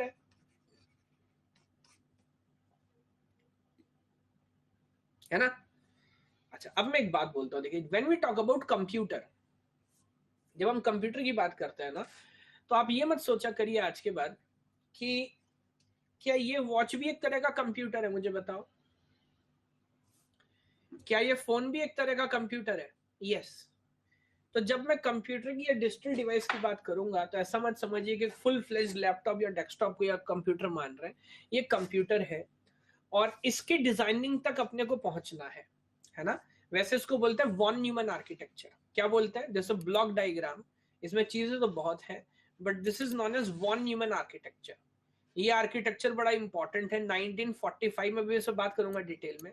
1945 में इन्होंने सिस्टम बना के दिया था, और फ्रॉम 1945 टिल नाउ लगभग लगभग हम सेम आइडिया यूज कर रहे हैं। इसमें इम्प्रोवाइजेशन किया है, इसमें इंप्रूवमेंट किया है, बट आइडिया मोरलेस सेम है। ये बात समझ आती है? अब हिस्ट्री में चल रहा हूं, उल्टा लेके चल रहा हूं। वॉन न्यूमन आर्किटेक्चर में जो साइंटिस्ट है वॉन न्यूमन, इन्होंने बोला इलेक्ट्रॉनिक डिवाइस होगा, कंट्रोल यूनिट होगी, एल्गोरिथमिक लॉजिकल यूनिट होगी, बट ये सबके सब जो इंडिविजुअल यूनिट्स हैं, ये सबके सब कैसे डिवाइस थे? डिजिटल डिवाइस थे, डिजिटल सिस्टम थे। तो क्या वॉन न्यूमन ये बात बता रहे थे कि भाई साहब ये सारी चीजें अगर आपको प्रॉपरली इंप्लीमेंट करनी और एक अच्छा कंप्यूटर बनाना है, तो उसके लिए आपको डिजिटल सिस्टम, डिजिटल डिवाइसेस चाहिए। अब अगर डिजिटल सिस्टम की बात करूं, तो ये इन्होंने कब प्रिडिक्ट किया, कब डायग्राम दिया था? 1945 में। इससे थोड़े समय पहले, इससे थोड़े समय पहले, like 1930s, now he is a very very renowned man, cloud Shannon. आपने बहुत सारे सब्जेक्ट्स में, बहुत सारी जगह ये शब्द सुना होगा। सिस्टम थ्योरी में, इंफॉर्मेशन थ्योरी में इन्होंने बहुत सारा काम किया है। Yes, so this is a man who worked with digital system, यानी कि छोटे छोटे डिजिटल सिस्टम क्या होंगे, हार्डवेयर कैसे काम करेगा। क्या इन्होंने कंप्यूटर के बारे में सोचा था? क्या इन्होंने कंप्यूटर के बारे में सोचा था? नहीं। कंप्यूटर के बारे में किसने सोचा? वो सोचा जॉन न्यूमैन ने, वॉन न्यूमैन ने। सही बात है, यस। लेकिन इन्होंने बताया कि छोटे छोटे जो डिवाइसेस हैं वो कैसे काम करते हैं। अब यहां पर एक और थ्योरेटिकल मॉडल आ जाता है 1930 और 45 के बीच में। वो कौन है? वो है हमारे एलन ट्यूरिंग। ये पूरी पूरी हिस्ट्री एक बार आपको समझाना चाह रहा हूं कि किस तरह से आज जहां पर है हम वहां पहुंचे। यस, तो मुझे बताएं, एलन ट्यूरिंग ने एलन ट्यूरिंग ने ये पूरा आइडिया कब डिस्क्राइब किया था ट्यूरिंग मशीन का? ओके, यस, कोई बात नहीं। हाँ, तो व्हाट आई सेइंग इज, जी हाँ, लाइट उड़ गई इसलिए शायद फ्लक्चुएशन हुआ नेट में। ओके, मैं बोल रहा था कि एलन ट्यूरिंग ने जो मॉडल दिया था, क्या एलन ट्यूरिंग ने भी, Turing machine is nothing but a computer, isn't it? Turing machine is also a computer. हाँ, लेकिन एलन ट्यूरिंग ने जो मॉडल दिया था वो थ्योरेटिकल मॉडल था, हाइपोथेटिकल था, या फिर, यस, वेरी गुड। तो एलन ट्यूरिंग ने आइडिया तो समझाया, but it was a theoretical model, है ना। ये समझ नहीं आ रहा था कि ये मॉडल इंप्लीमेंट कैसे होगा। ये बात रिलेट कर पा रहे हैं क्या? अच्छा, अब यहां पर एक बात और आपको समझा देता हूं, ध्यान से समझिएगा। ट्यूरिंग ने मॉडल दिया और क्लाउड शैनन ने ये समझा, ये जो 1938 में उसके बाद, कि अगर ट्यूरिंग मशीन को इंप्लीमेंट करना है तो उसके लिए कोई मैथमेटिकल बैकग्राउंड चाहिए, यस और नो, है ना। एंड देन आप समझते हैं साइंस में क्या होता है, बहुत सारे अलग अलग मैथमेटिकल मॉडल है, हम सोचते हैं कौन सा मॉडल काम आएगा, कौन सा मॉडल काम आएगा, and then suddenly Claude Shannon gets a idea,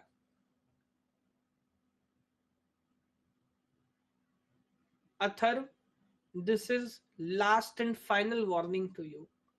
कम से कम आप इस तरह के 5-10 मैसेज लिख चुके हैं, अगर अगली बार आपने लिखा तो आई एम सॉरी टू से दिस, मैं भी आपको समझा रहा हूं सभी लोगों को ये बात, मुझे आपको ब्लॉक करना होगा। This is the first class, है ना, तो मैं ऐसा करना नहीं चाहता हूं, बट मैं आपको बता दूं, मैं कई बार लोगों को ब्लॉक कर चुका हूं, मैं सिर्फ धमकी नहीं देता हूं, मैं कर चुका हूं, और फिर लोग बाद में आके कह रहे होते हैं सर अनब्लॉक कर दो या किसी तरीके से करो, नुकसान हो जाएगा आपका, then you won't be able to attend the class, please try to understand।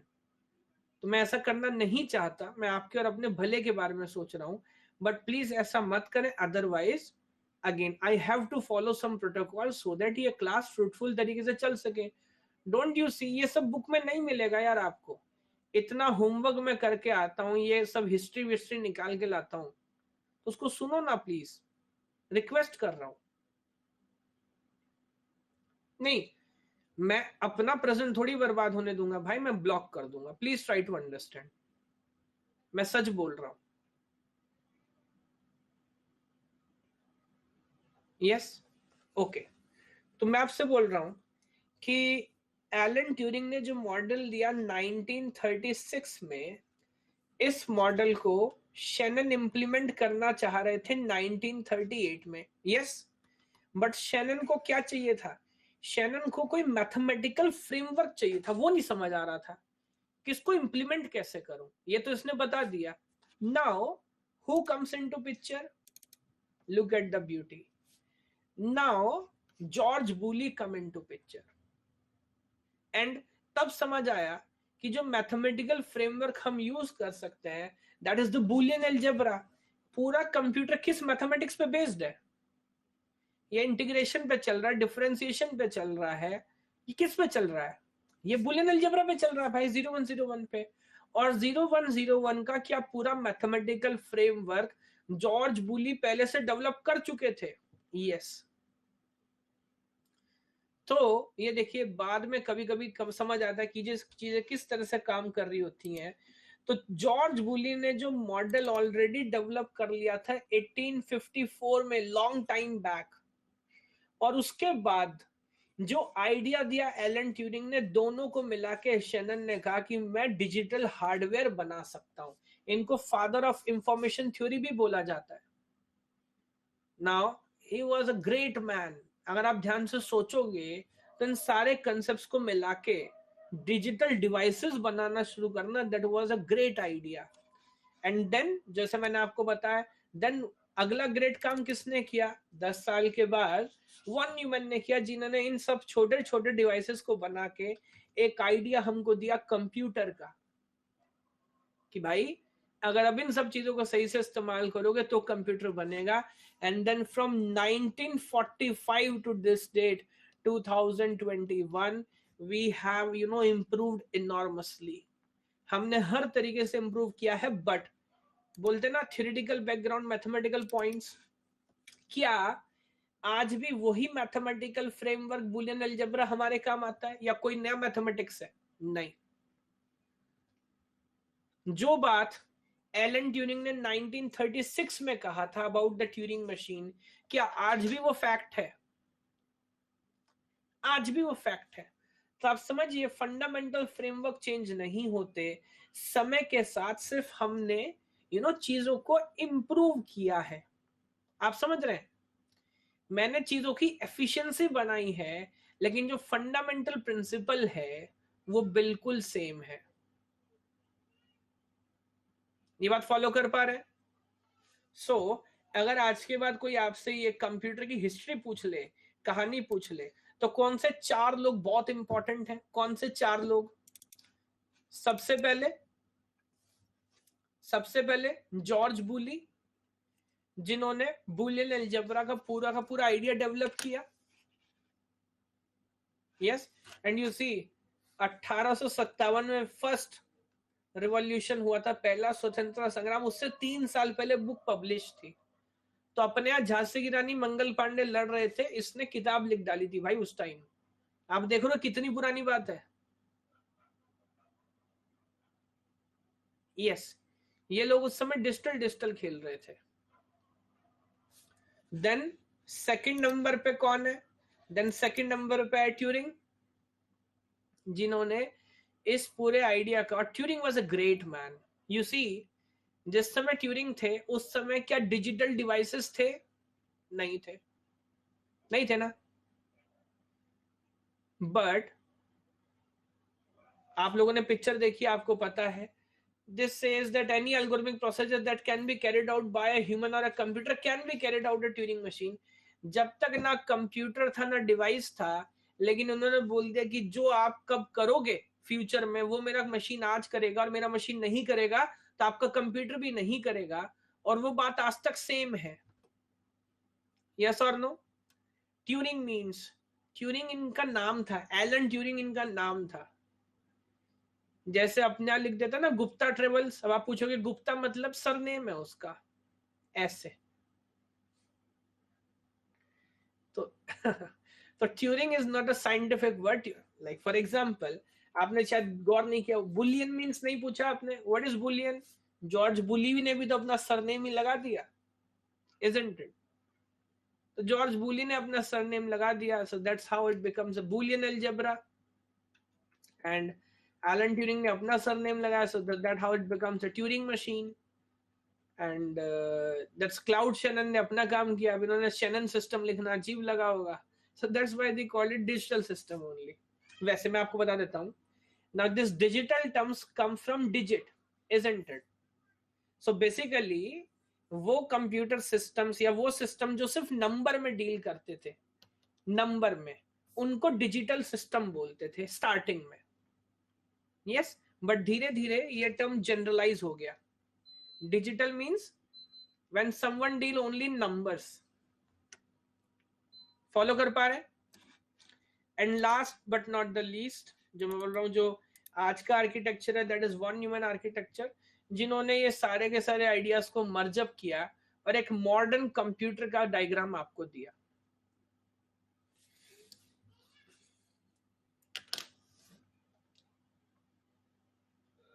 Charles Babbage ने क्या किया मैं समझाता हूँ। देखो ये वही पॉइंट है, वॉन न्यूमन ने मॉडल दिया कि कंप्यूटर बनाया।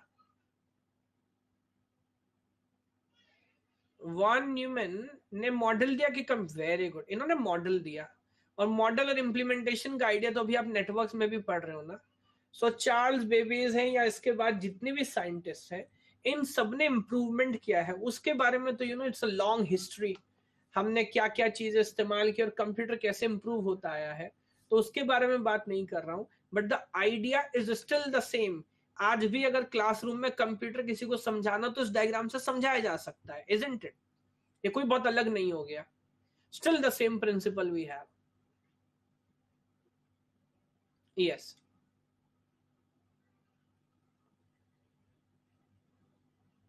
ओके। तो मुझे पता है ये पूरा फंडामेंटल आइडिया आप लोग फॉलो कर पा रहे हैं, फेयर इनफ। तो इन सभी का आपको आइडिया लेना है आगे। अभी इसमें कुछ सेपरेट चैप्टर है, जैसे वॉन न्यूमन का पूरा आर्किटेक्चर के लिए सेपरेट सब्जेक्ट है। क्या ये डिजिटल में हम पढ़ेंगे? नहीं। तो ये क्या आर्किटेक्चर है, control unit, arithmetic logic, design, memory, ये सब अलग अलग चैप्टर है आपके। Input output is one chapter, memory is one chapter, ALU is one chapter, and this control unit is one chapter, isn't it? तो ये पूरा का पूरा सब्जेक्ट है separate, don't worry about it. So we'll be studying this diagram in detail, isn't it? Yes. Last नहीं, what is Turing machine, this is a separate subject, theory of computation, TOC. तो automata क्या है, finite automata क्या है, PDA क्या है, LBA क्या है, ट्यूरिंग मशीन क्या है, this is also one subject, एक पूरा सेपरेट सब्जेक्ट है। तो इस सब्जेक्ट में मैं आपसे जिन दो आइडियाज पे बात करूंगा, मैं बात करूंगा बूलियन अलजेब्रा की, ये पूरा मैथमेटिकल सिस्टम हम पढ़ेंगे। एंड सेकंड थिंग मैं बात करूंगा डिजिटल सिस्टम्स की, डिजिटल सिस्टम हम बनाएंगे।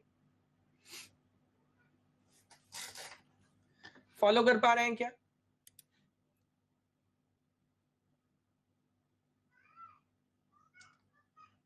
Okay okay. अब just to give an idea, देखोगे बहुत मजा है यार, ये सब चीजें ना इंटरेस्ट वाली है। अगर आप इंटरेस्ट लोगे, चीजों को समझने की इच्छा रखोगे, तो आपको समझेगा, है ना। लोगों ने बहुत काम किया है, कई कई सालों से किया है, तब आप आज और मैं इतनी बेहतर जिंदगी जी पा रहे हैं। इस बात को समझना है और इंटरेस्ट लेके समझना है। किसी इंडियन ने क्यों कुछ नहीं दिया सीएसआईटी को, खैर ये डिफरेंट आइडिया है, ये इमोशनल मसले। मैं तो आपको साइंस पढ़ा रहा हूँ, बट मैं अगेन ये बता सकता हूँ आपको कि हमारी जो जितने भी फिजिक्स केमिस्ट्री या जितने भी ऐसे एरियाज हैं, उन सब में जो काम हुआ है ना, ये जिस तरह से काम हुआ है वो मोस्टली 1800 और 90s में ही हुआ है। और जिस समय ये लोग बैठ के बूलियन अलजेब्रा और ट्यूरिंग मशीन बना रहे थे, उस समय हम लोग क्या कर रहे थे आप जानते हो। तो we were enslaved by Britishers, हम लोग लड़ाइयां लड़ रहे थे। और उसके बाद when we got independence in 1947।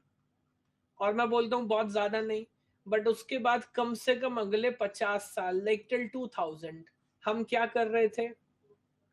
Next 50 years we were trying to survive,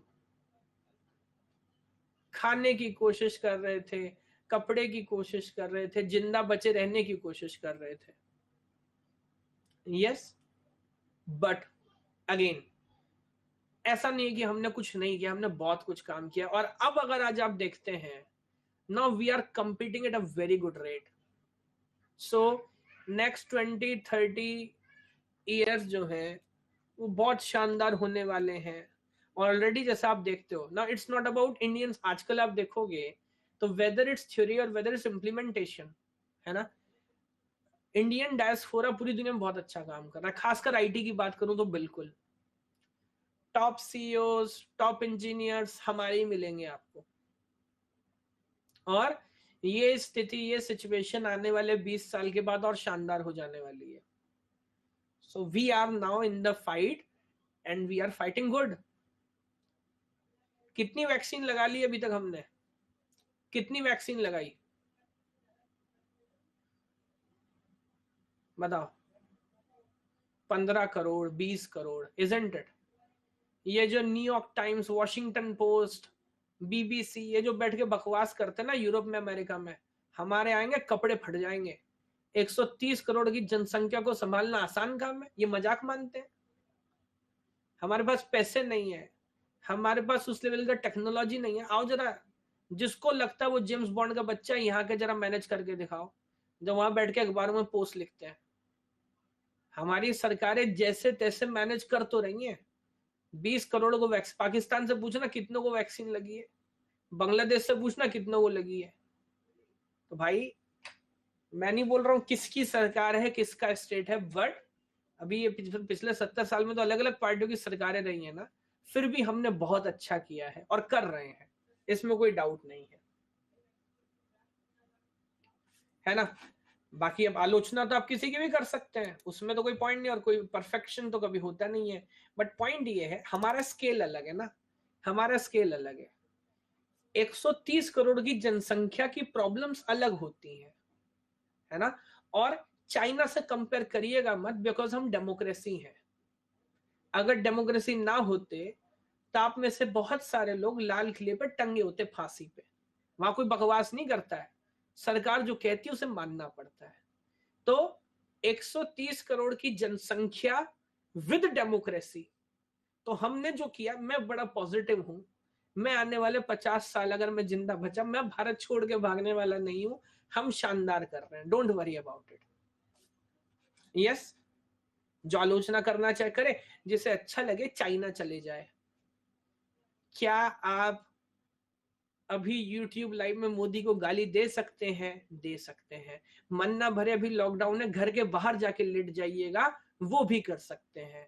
Modi हाय हाय पुतला फूंक दीजिएगा, ये आप यहीं कर सकते हैं। चाइना में करेंगे तो उनका जो बड़ा चौराहा होगा उस पर लटके मिलेंगे अगले दिन। नहीं, नॉर्थ कोरिया में तो करने की सोचिएगा अभी मत।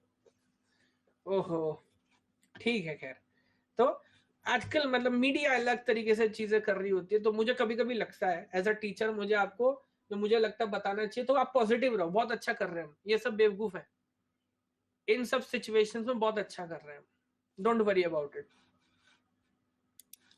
चलिए आगे बढ़ते हैं। तो अब मैं एक एग्जाम्पल लेने की कोशिश करता हूँ, है ना, चीजों को किस तरह से हम फॉलो कर रहे होते हैं। ये देखो, अथर्व मुझे ब्लॉक करना चाह रहा है, कह रहा है रिजर्वेशन का क्या। देखिए, ऑब्वियसली रिजर्वेशन तो एक ऐसा मुद्दा है, एक ऐसा टॉपिक है जिसके बारे में बहुत सारे विवाद है, बहुत सारे आइडियाज है, बट बहुत ह्यूज डिबेट है ना। चलिए, तो वैसे तो मुझे बचना ही चाहिए एज ए इंडिविजुअल, बट इतना मैं बोलना चाहता हूं। देखो, आज भी हमारे समाज में प्रॉब्लम है या नहीं है, ये बताओ आप। रिजर्वेशन एक तरफ छोड़ दो, discrimination based on the caste है कि नहीं है? है। लेकिन मैं आपको इतना बता देता हूँ ईमानदारी से, और आप मेरी बात पे यकीन करेंगे, जितना डिस्क्रिमिनेशन हमारे दादा दादी के समय था, उतना डिस्क्रिमिनेशन हमारे मम्मी पापा के समय नहीं है, ये आप मानोगे। और जितना डिस्क्रिमिनेशन हमारे मम्मी पापा के समय था, उतना हमारे में नहीं है। आपकी और मेरी जनरेशन में उतना नहीं। मैं नहीं बोल रहा हूं जीरो है, मैं नहीं बोल रहा हूं जीरो है, but we are improving and I am very much sure about it. अब कोई अगर समस्या 5,000 साल से चलती आई, उसको सही होने में समय तो लगेगा ना यार, तो लगेगा 10-20 साल, 10-20 हो सकता है 5 जनरेशन लग जाए, 100 साल और लग जाए, but one day this will be resolve, don't worry about it, है ना। रही बात क्या रिजर्वेशन से ये हो सकता है कि नहीं हो सकता सॉल्व, वो एक अलग मुद्दा है, लेकिन इस बात से कोई नहीं किया जा सकता कि समाज के एक तबके के साथ बहुत सालों तक बहुत दुर्व्यवहार किया गया है। पता नहीं ये फील बाकी लोग ले सकते कि नहीं ले सकते, बट एक बड़ी समस्या है, इसको आप इग्नोर नहीं कर सकते, है ना। तो मैं ये नहीं बोल रहा हूं कि रिजर्वेशन से समस्या हल होगी कि नहीं होगी, वो एक अलग मसला है, लेकिन प्रॉब्लम है, आप ये नहीं बोल सकते प्रॉब्लम, प्रॉब्लम तो है, आज भी है, पहले से बहुत कम है, ये अच्छा है, ये अच्छी बात है, और आने वाले समय में और कम होगी, ये भी तय है। तो फिर वही बात है, हैव अ पॉजिटिव एटीट्यूड, होगा ना धीरे धीरे। आप अपने मन से इस मैल को निकाल दीजिए, आप इतना कर सकते हैं, बेहतर समाज बढ़ रहा है आगे आगे, don't worry about it. Yes, ठीक है। Now let me come back to the idea. अब मैं एक एग्जांपल करता हूं। एग्जांपल क्या करते हैं, just give me a second, give me.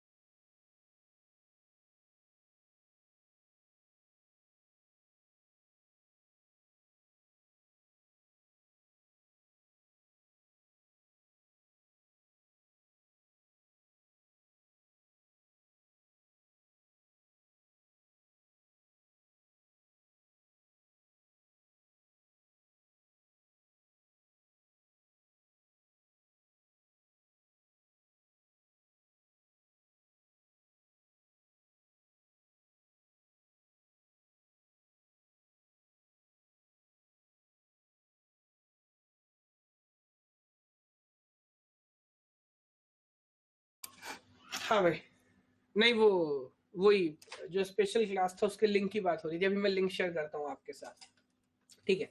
तो मैं कह रहा हूँ कि हमें डिजिटल डिवाइसेस डिजाइन करने हैं, और इस पूरे सब्जेक्ट में जैसा अपन ने कंप्यूटर नेटवर्क्स में किया ना, starting from the point 1 to the point last, हमने एक एक पॉइंट डिस्कस किया है पहले, और अभी हम हर टॉपिक में डिटेल में जा रहे हैं, इजंट इट। फिजिकल लेयर क्या करता है, डेटा लिंक लेयर करता है, लाइक दिस। उसी तरह let me take an example, but इस हाँ, एक एग्जांपल है कार वार्निंग सिस्टम का, बट इस एग्जांपल से पूरे सब्जेक्ट का आइडिया आपको हो जाएगा कि हम लगभग लगभग क्या करने वाले हैं। Fair enough. अच्छा, अगेन एक बात मैं पहले ही बोल दूं, बहुत सारे लोग बहुत भावनाओं में बह जाएंगे, सर ये कैसे हुआ, ऐसा ही क्यों। तो ये एग्जाम्पल सिर्फ क्या बताने के लिए आपको, क्या मैं बोलता हूं व्हाट और हाउ, क्या बताने वाला हूं मैं इस एग्जाम्पल के थ्रू आपको, मैं बताने वाला हूं सिर्फ व्हाट, हम क्या करते हैं, कैसे करते हैं या क्यों करते हैं, इसके लिए थोड़ा सा समय लगेगा, चलेगा। कैसे करते हैं, क्यों करते हैं, यस ठीक है ना। ये एक देखिए कार नजर आ रही है आपको, कौन सी है, मारुति है, कौन सी है ये गाड़ी, नाम बताओ इस गाड़ी का। टेस्ला है ये, टेस्ला तो नहीं है।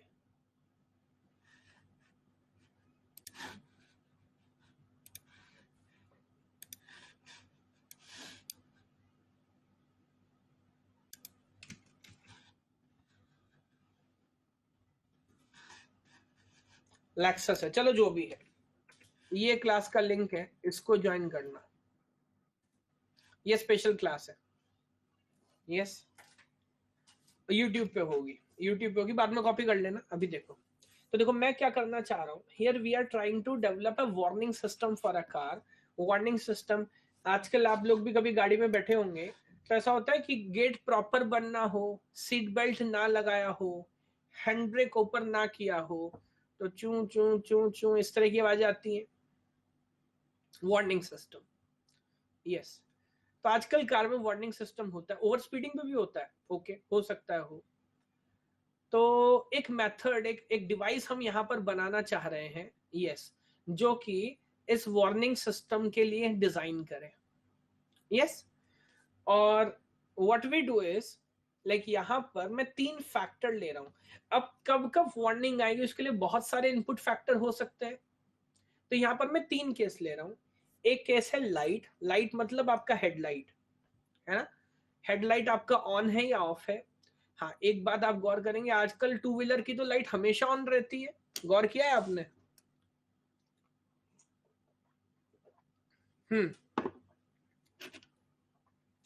BS4 के बाद, हाँ तो वो एग्जाम्पल छोड़ दीजिएगा, हम ऑर्थोडॉक्स एग्जाम्पल मान के चलेंगे। हम मानेंगे कि दिन में लाइट बंद रहेगी, रात को लाइट ऑन रहेगी, सही बात है, ओके।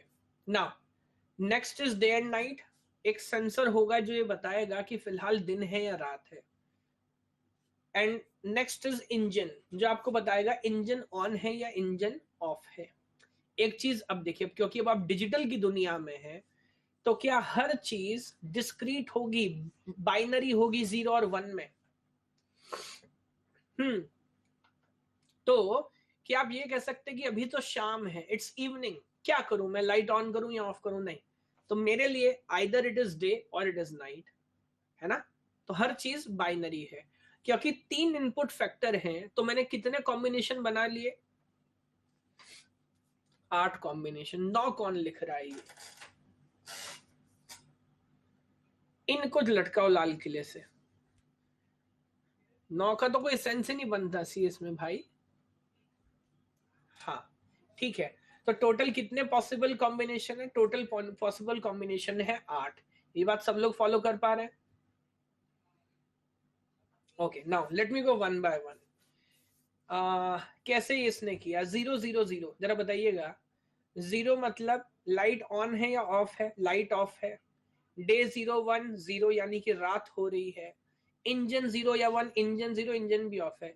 रात है, इंजन ऑफ है, लाइट ऑफ है। कोई प्रॉब्लम है क्या, नहीं, गाड़ी मोस्ट प्रोबब्ली गैराज में खड़ी हुई है, नो प्रॉब्लम। तो अगर प्रॉब्लम नहीं है तो वार्निंग में 0 लिखूं या 1 लिखूं, 0। हालांकि मैंने ऐसा बोला नहीं, बट आमतौर पे हमारी इंडस्ट्री में चलो 0 मतलब वार्निंग नहीं देना, 1 मतलब वार्निंग देना है, यस। बहुत साधारण, बहुत सिंपल बात है, वेरी गुड, आगे बढ़ते हैं। नाउ 0 0 1, मैं वेट करूं 1 मिनट, 1 मिनट वेट करता हूं घड़ी देख के, जरा आप भरना ये टेबल अपने हिसाब से। अब ये डिजाइनिंग तो आप कर सकते हो, कब वार्निंग देने का, कब वार्निंग नहीं देने का। हम्म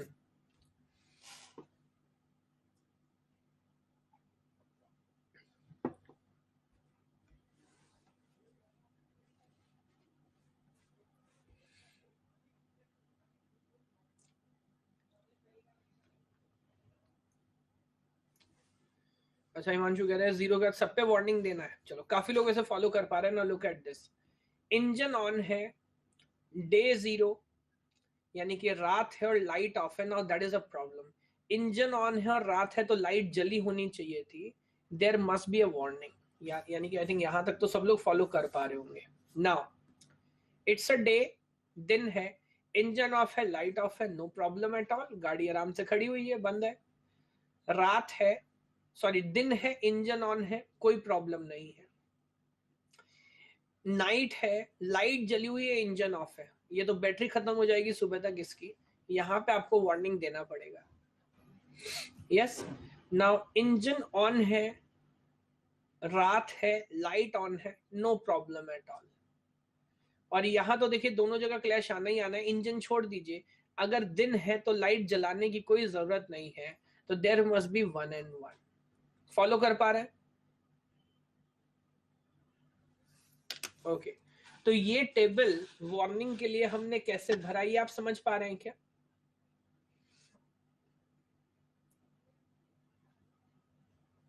Yes, okay, now this is called, this is step number 1, this is step number 1। Hrithik बोल रहे हैं डे है बट क्लाउडी है। नहीं, I already taken that point. मैं या तो दिन मानूंगा या तो रात मानूंगा, नाउ इट्स योर कॉल, है ना। अगर आप Google, can I tell you an example, can I take you example. Ritvik आप कौन से शहर से बात कर रहे हैं मुझे बताओ। ऋत्विक, ऋत्विक ऋत्विक ऋत्विक आप कौन से शहर से बात कर रहे हैं? कोलकाता।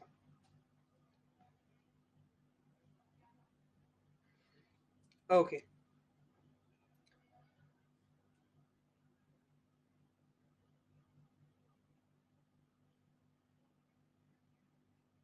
अरे भाई क्या मेरा जीपीएस ऑन नहीं है क्या?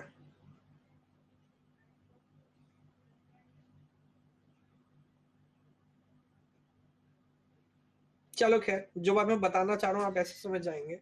लुक एट दिस, ये मेरे फोन में गूगल मैप दिखा रहा है, देख पा रहे हैं आप गूगल मैप? ये गूगल मैप डार्क स्क्रीन क्यों दिखा रहा है बताओगे? Why it is showing dark screen?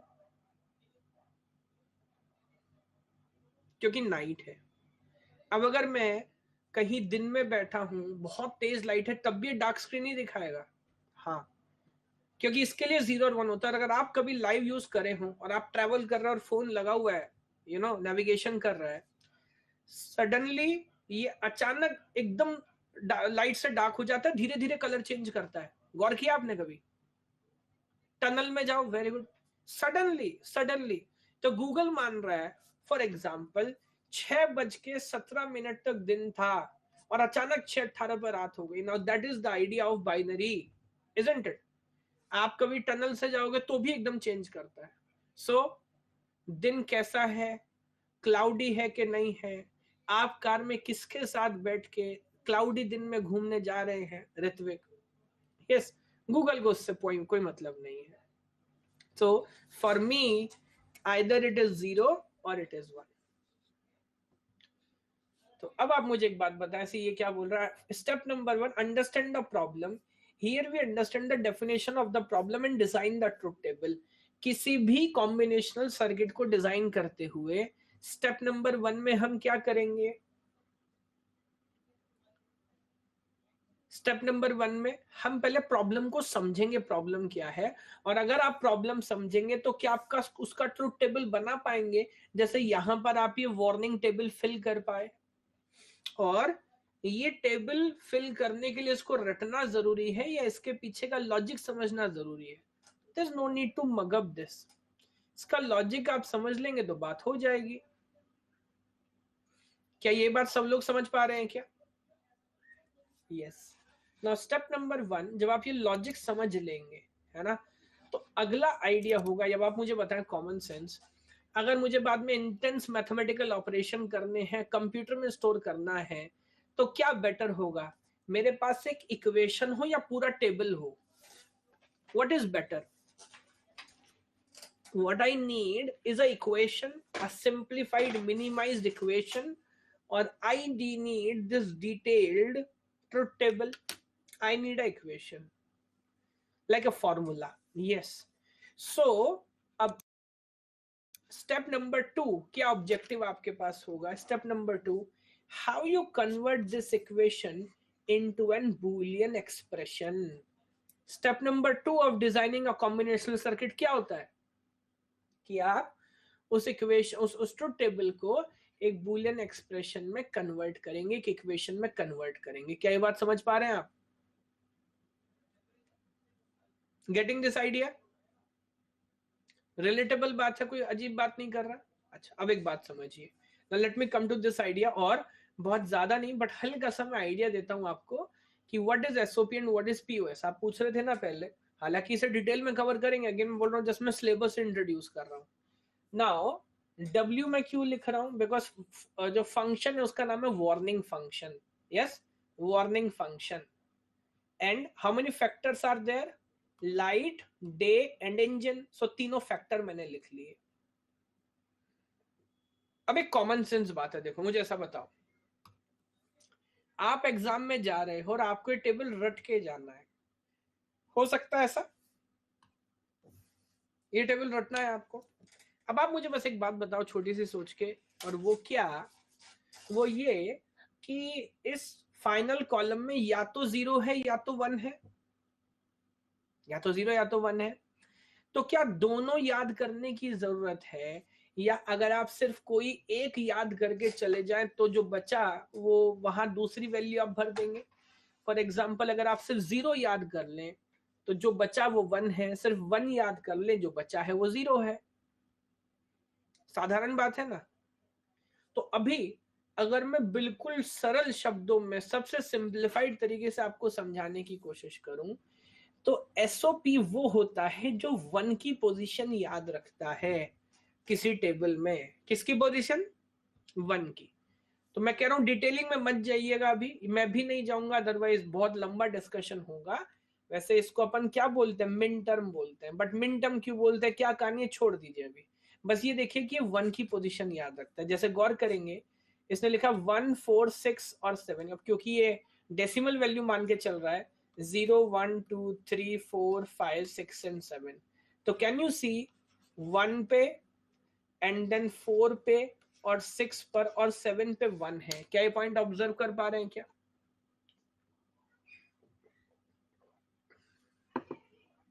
Yes, बहुत शानदार. तो जो 1 की पोजीशन याद करे वो कौन है? वो एसओपी है. ठीक, उसका दूसरा भाई, उसका जुड़वा भाई, वो कौन है? वो पीओएस है. अब ये भाई साहब अगर 1 की याद करेंगे, वो बोलेगा मैं किसका याद करूंगा? I want to remember the position of 0. Yes, इसको अपन क्या बोलते हैं? इसको बोलते हैं मैक्स टर्म. नाउ 0, 0, 0 एंड 0 किधर किधर? 0 पे मिला, 2 पे मिला, 3 पे मिला, 5 पे मिला. 0, 2, 3, 5. आप मुझे बताएं, क्या ये दोनों के दोनों एक ही आइडिया को रिप्रेजेंट करने के, सेम इंफॉर्मेशन को रिप्रेजेंट करने के दो अलग अलग तरीके हैं? यस और नो? यस. हाँ त्रिपाठी जी, मैं वही बोल रहा हूं कि अभी मैं इस क्वेश्चन को एंटरटेन नहीं कर रहा हूं कि हम इसको मिनटर्म क्यों बोलते हैं, उसको मैक्स टर्म क्यों बोलते हैं, यहाँ स्मॉल एम क्यों लिखते हैं, यहाँ कैपिटल एम क्यों लिखते हैं, यहाँ सिग्मा क्यों लिखते हैं, या पाई क्यों लिखते हैं. इसके लिए मैं डिटेल पढ़ाने वाला हूं, डोंट वरी अबाउट इट. 2 घंटे की एक क्लास इसी आइडिया के ऊपर होगी कि भाई साहब ये चक्कर क्या है. पूरा बुलियन अलजेब्रा, पूरा सिस्टम अपने को पढ़ना है. यस, लेकिन अभी सिर्फ ये बताना चाह रहा हूं कि भाई दो अप्रोच हो सकती हैं, और ये कॉमन सेंस है, ये आप समझ पा रहे हो कि भाई दोनों क्यों याद करूंगा, या तो 0 कर लूंगा या तो 1 कर लूंगा.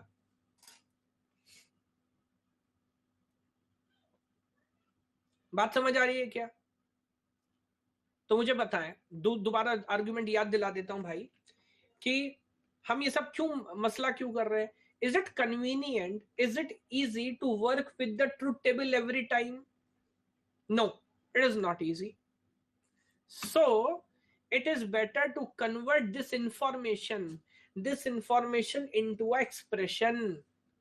अब मुझे एक बात बताओ, अगर मैं आपको एक्सप्रेशन दूंगा तो क्या आप टेबल बना सकते हो, या मैं आपको टेबल दूंगा तो क्या एक्सप्रेशन बना सकते हो? हाँ, सेम बात ही तो है। इंफॉर्मेशन चेंज नहीं हो रहा, सिर्फ रिप्रेजेंटेशन चेंज हो रहा है। और रिप्रेजेंटेशन क्यों चेंज हो रहा है? ताकि बाद में मैं उस पर आसानी से काम कर सकूं। फॉलो कर पा रहे हैं? ओके, अभी यहां तक कोई क्वेश्चन है तो मुझे बताइए।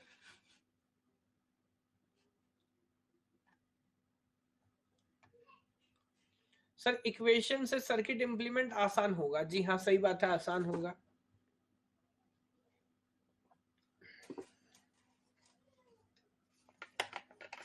लास्ट में जीरो आएगा शायद, मकबूल नहीं, मकबूल जीरो नहीं आएगा। वहां पे देखो डे भी है और लाइट भी है। अगर डे है तो लाइट की कोई जरूरत नहीं है, तो यहाँ वन ही आना चाहिए। फॉलो कर रहे हैं? ओके, तो अब देखिए एक छोटा सा पॉइंट और आ जाता है पिक्चर में, वो क्या, यहां तो आपने सिर्फ मिनटम्स लिखे हैं, इजंट इट? सिर्फ मिनटम्स लिखे हैं। अगेन मैं ये कैसे लिख रहा हूं, अगर आप फॉलो कर पा रहे तो बहुत अच्छा है, अदरवाइज इसको अगर मैं प्रॉपर एक्सप्रेशन में लिखूंगा वन, जहां पर या तो मैं एल डे और ई की टर्म्स में चलो चलता हूं, एल डे एंड ई, कितने मिनटम से मेरे पास? चार है, L D and E, L D and E and L D and E. और जहां पर जीरो है वहां पर मैं बार यूज करूंगा कॉम्प्लीमेंट रिप्रेजेंट करने के लिए। तो अगला मेरे पास फोर है और उसके बाद मेरे पास सिक्स एंड सेवन है। Now that is the exact expression जिसको बोलते हैं कैनोनिकल फॉर्म। यस, तो आगे इस पे भी हम बात करेंगे, but this is a canonical form. Point ये है, अगर आप इस एक्सप्रेशन को भी डायरेक्ट इंप्लीमेंट करना चाहो तो क्या कर सकते हैं? इस एक्सप्रेशन को भी डायरेक्ट इंप्लीमेंट करना चाहें तो क्या आप कर सकते हैं? हाँ, बट हमको चाहिए कि कहीं पर भी अगर हम इम्प्लीमेंटेशन करने की सोच रहे हैं, करना जा रहे हैं, तो हमें पहले एक कोशिश करना है मिनिमाइजेशन का। यस, तो स्टेप नंबर 3 जो यहां पर आता है वो आता है you must first minimize the Boolean expression. You must first minimize the Boolean expression, उसको मिनिमाइज करने की कोशिश करो। मिनिमाइज क्यों करना है? जिससे हार्डवेयर में, सर्किट में, लॉजिक गेट में इंप्लीमेंटेशन की जो कॉस्ट है वो बढ़ा सकें या कम कर सकें? ऑब्वियसली उस कॉस्ट को कम कर सकें। ये बात सब लोग फॉलो कर पा रहे हैं? Yes, yes. तब यहां पर अगर आप देखिए ये आइडिया ऑब्जर्व करेंगे तो मैंने आई थिंक सेम आइडिया को एबीसी से रिप्रेजेंट किया है, सेम फंक्शन लिखा हुआ है ना? एंड दिस इज अ के मैप। अगेन ये कैसे बना कैसे नहीं बना इसके बारे में भी चर्चा मैं नहीं करना चाह रहा, because obviously will go in detail. But कौन कौन सी टर्म हमारे पास है? We have one, we have four and we have six and seven. यही कहानी है। तो वन का कुछ होगा नहीं, वन इंडिपेंडेंट रहने वाला है, that will be A bar B bar and C. But यहाँ ये दो ग्रुप, दो पेयर बनते हुए मुझे नजर आ रहे हैं। तो ये जो हॉरिजॉन्टल पेयर है यहाँ पर ए कॉमन है, तो इसका नाम हो जाएगा ए सी बार। जो वर्टिकल कॉलम है इसका नाम हो जाएगा A B. Now this is the minimized और ऑप्टिमाइज्ड और सिंप्लीफाइड, आप जो भी कहना चाहें, this is the optimize function. तो जो थर्ड स्टेप आप करेंगे किसी भी कॉम्बिनेशनल सर्किट को हैंडल करने के लिए, दैट इज ऑप्टिमाइजेशन। ये बाइट फॉलो कर पा रहे हैं? ओके, और सबसे लास्ट में जब ये काम भी हो चुका है तो आखिरी काम अपने को क्या करना है? आखिरी काम करना है इम्प्लीमेंटेशन। तो आप मान सकते हैं कि अब क्योंकि ये आइडिया हमारे पास है तो हमारे पास ए बी सी तीन लॉजिक लाइन है, और मैं तो कहता हूं कि साथ साथ कॉम्प्लीमेंट वाली लाइन भी यही बना लेते हैं। तो हमारे पास ए बी सी भी है और उनके कॉम्प्लीमेंट्स भी हैं। तो आप ऐसा मान लीजिए, अगर एक मिनट के लिए इमेजिन करेंगे, this is A B C and now this is A का कॉम्प्लीमेंट, दिस इज बी का complement and this is C का कॉम्प्लीमेंट। और अब पहला टर्म आपको क्या चाहिए, I need a and gate, जहां पर मेरे को ए चाहिए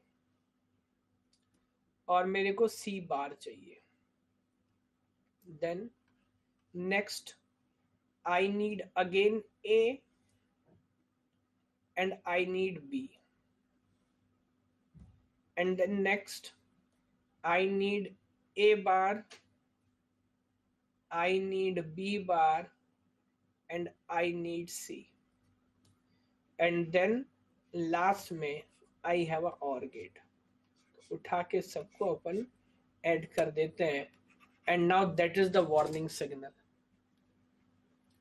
इसमें अगर कंसेप्चुअली आपको कोई भी डाउट है, जैसे कोई पूछ रहा है लिटरल क्या होता है, तो लिटरल क्या होता है, ऑप्टिमैलिटी की क्या डेफिनेशन है, वो सब हम बाद में डिस्कस करेंगे। एंड गेट क्या है, एक्सप्रेशंस क्या है, कैनोनिकल फॉर्म क्या है, वो सब हम बाद में डिस्कस करेंगे। बट नाउ ये जो हमारे पास सिग्नल है, ये कौन सा सिग्नल है, वार्निंग सिग्नल है। तो आप इसको इनपुट दो और ये आपको बताएगा कि कब वार्निंग डिस्प्ले करनी है।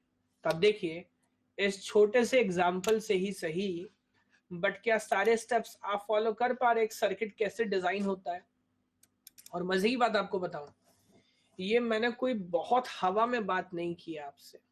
ऐसा नहीं है कि ये जो भी मैंने आपसे एंड गेट या और गेट डिस्कशन किए हैं, क्या ये सब मार्केट में किसी भी इलेक्ट्रॉनिक्स की दुकान पे आपको मिल जाएंगे? जी हाँ, इसमें कोई बड़ी बात नहीं है।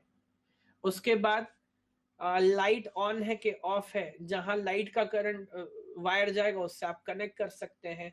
दिन है कि रात है, एक फोटो डायोड आता है 5-7 रुपए का, वो भी इलेक्ट्रॉनिक्स की शॉप में आपको मिल जाएगा। मतलब मैं बोल रहा हूँ ये जो भी सर्किट है ये इम्प्लीमेंटेबल है, 8वीं क्लास का बच्चा बना सकता है इसको, और बहुत सारे स्कूल में बनवाते भी हैं। Circuit designing as a extra activity हमने बनाए हैं 8th क्लास में, कुछ कुछ स्कूल्स में बनवाते हैं, just you know to make you aware of the idea. एक सोल्डरिंग आयरन लाते हैं, वायर होता है, बनाया किसी ने आप में से, क्लैप सर्किट, डिस्टेंस सर्किट, ऐसे अलग अलग सर्किट बनवाते हैं।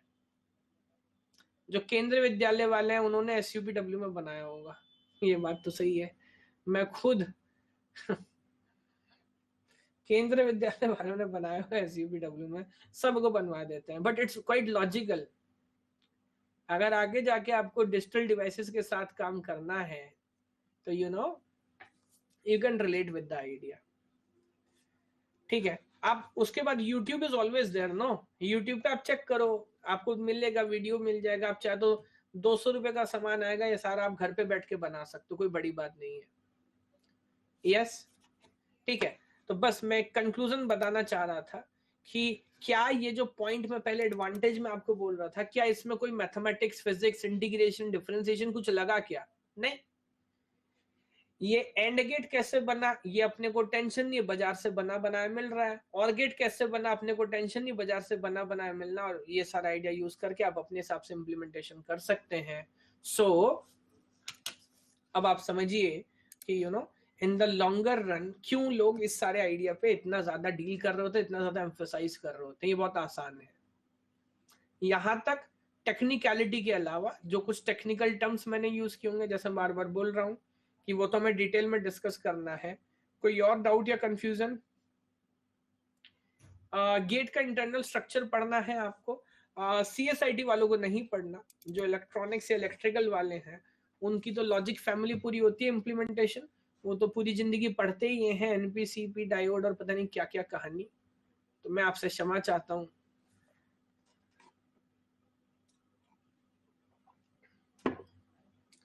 कैपेसिटर और होता है ना पूरी कहानी, फिजिकल फिजिक्स ही एक तरीके से वो, या फिजिकल केमिस्ट्री। जी हाँ, बट CSIT वालों को वो सब नहीं पढ़ना। ओके, अब देखिए कल मैं प्योर डिस्कशन करने वाला हूं। I will be starting with Boolean algebra, कौन कौन से फंडामेंटल लॉज हैं बुलियन अलजेब्रा के, किस तरह से काम करते हैं, उन सारे लॉस पे हम बात करेंगे। नहीं, इस बार आपकी कंटिन्यूस क्लास है सैटरडे संडे भी, तो ये मिस मत कर दीजिएगा। कल और परसों भी क्लास है, आपकी रेगुलर क्लास है टिल नेक्स्ट फ्राइडे।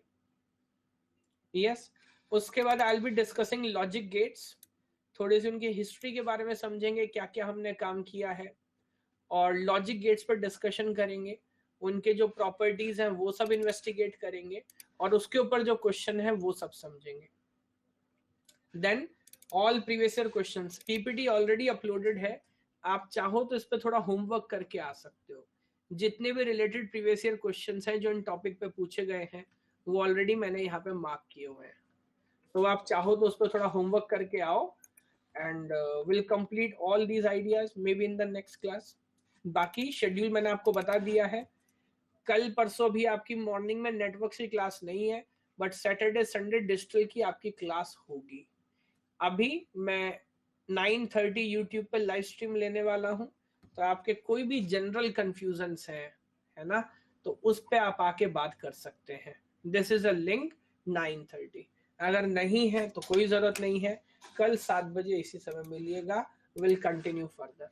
और प्लीज भगिएगा मत छोड़ के बीच में, फिर ये बोलेंगे सब्जेक्ट मुश्किल है। ये बहुत अच्छी अपॉर्चुनिटी है, पहली क्लास से आपने ज्वाइन किया, पूरा बात देखेंगे तो मजा आ जाएगा आपको।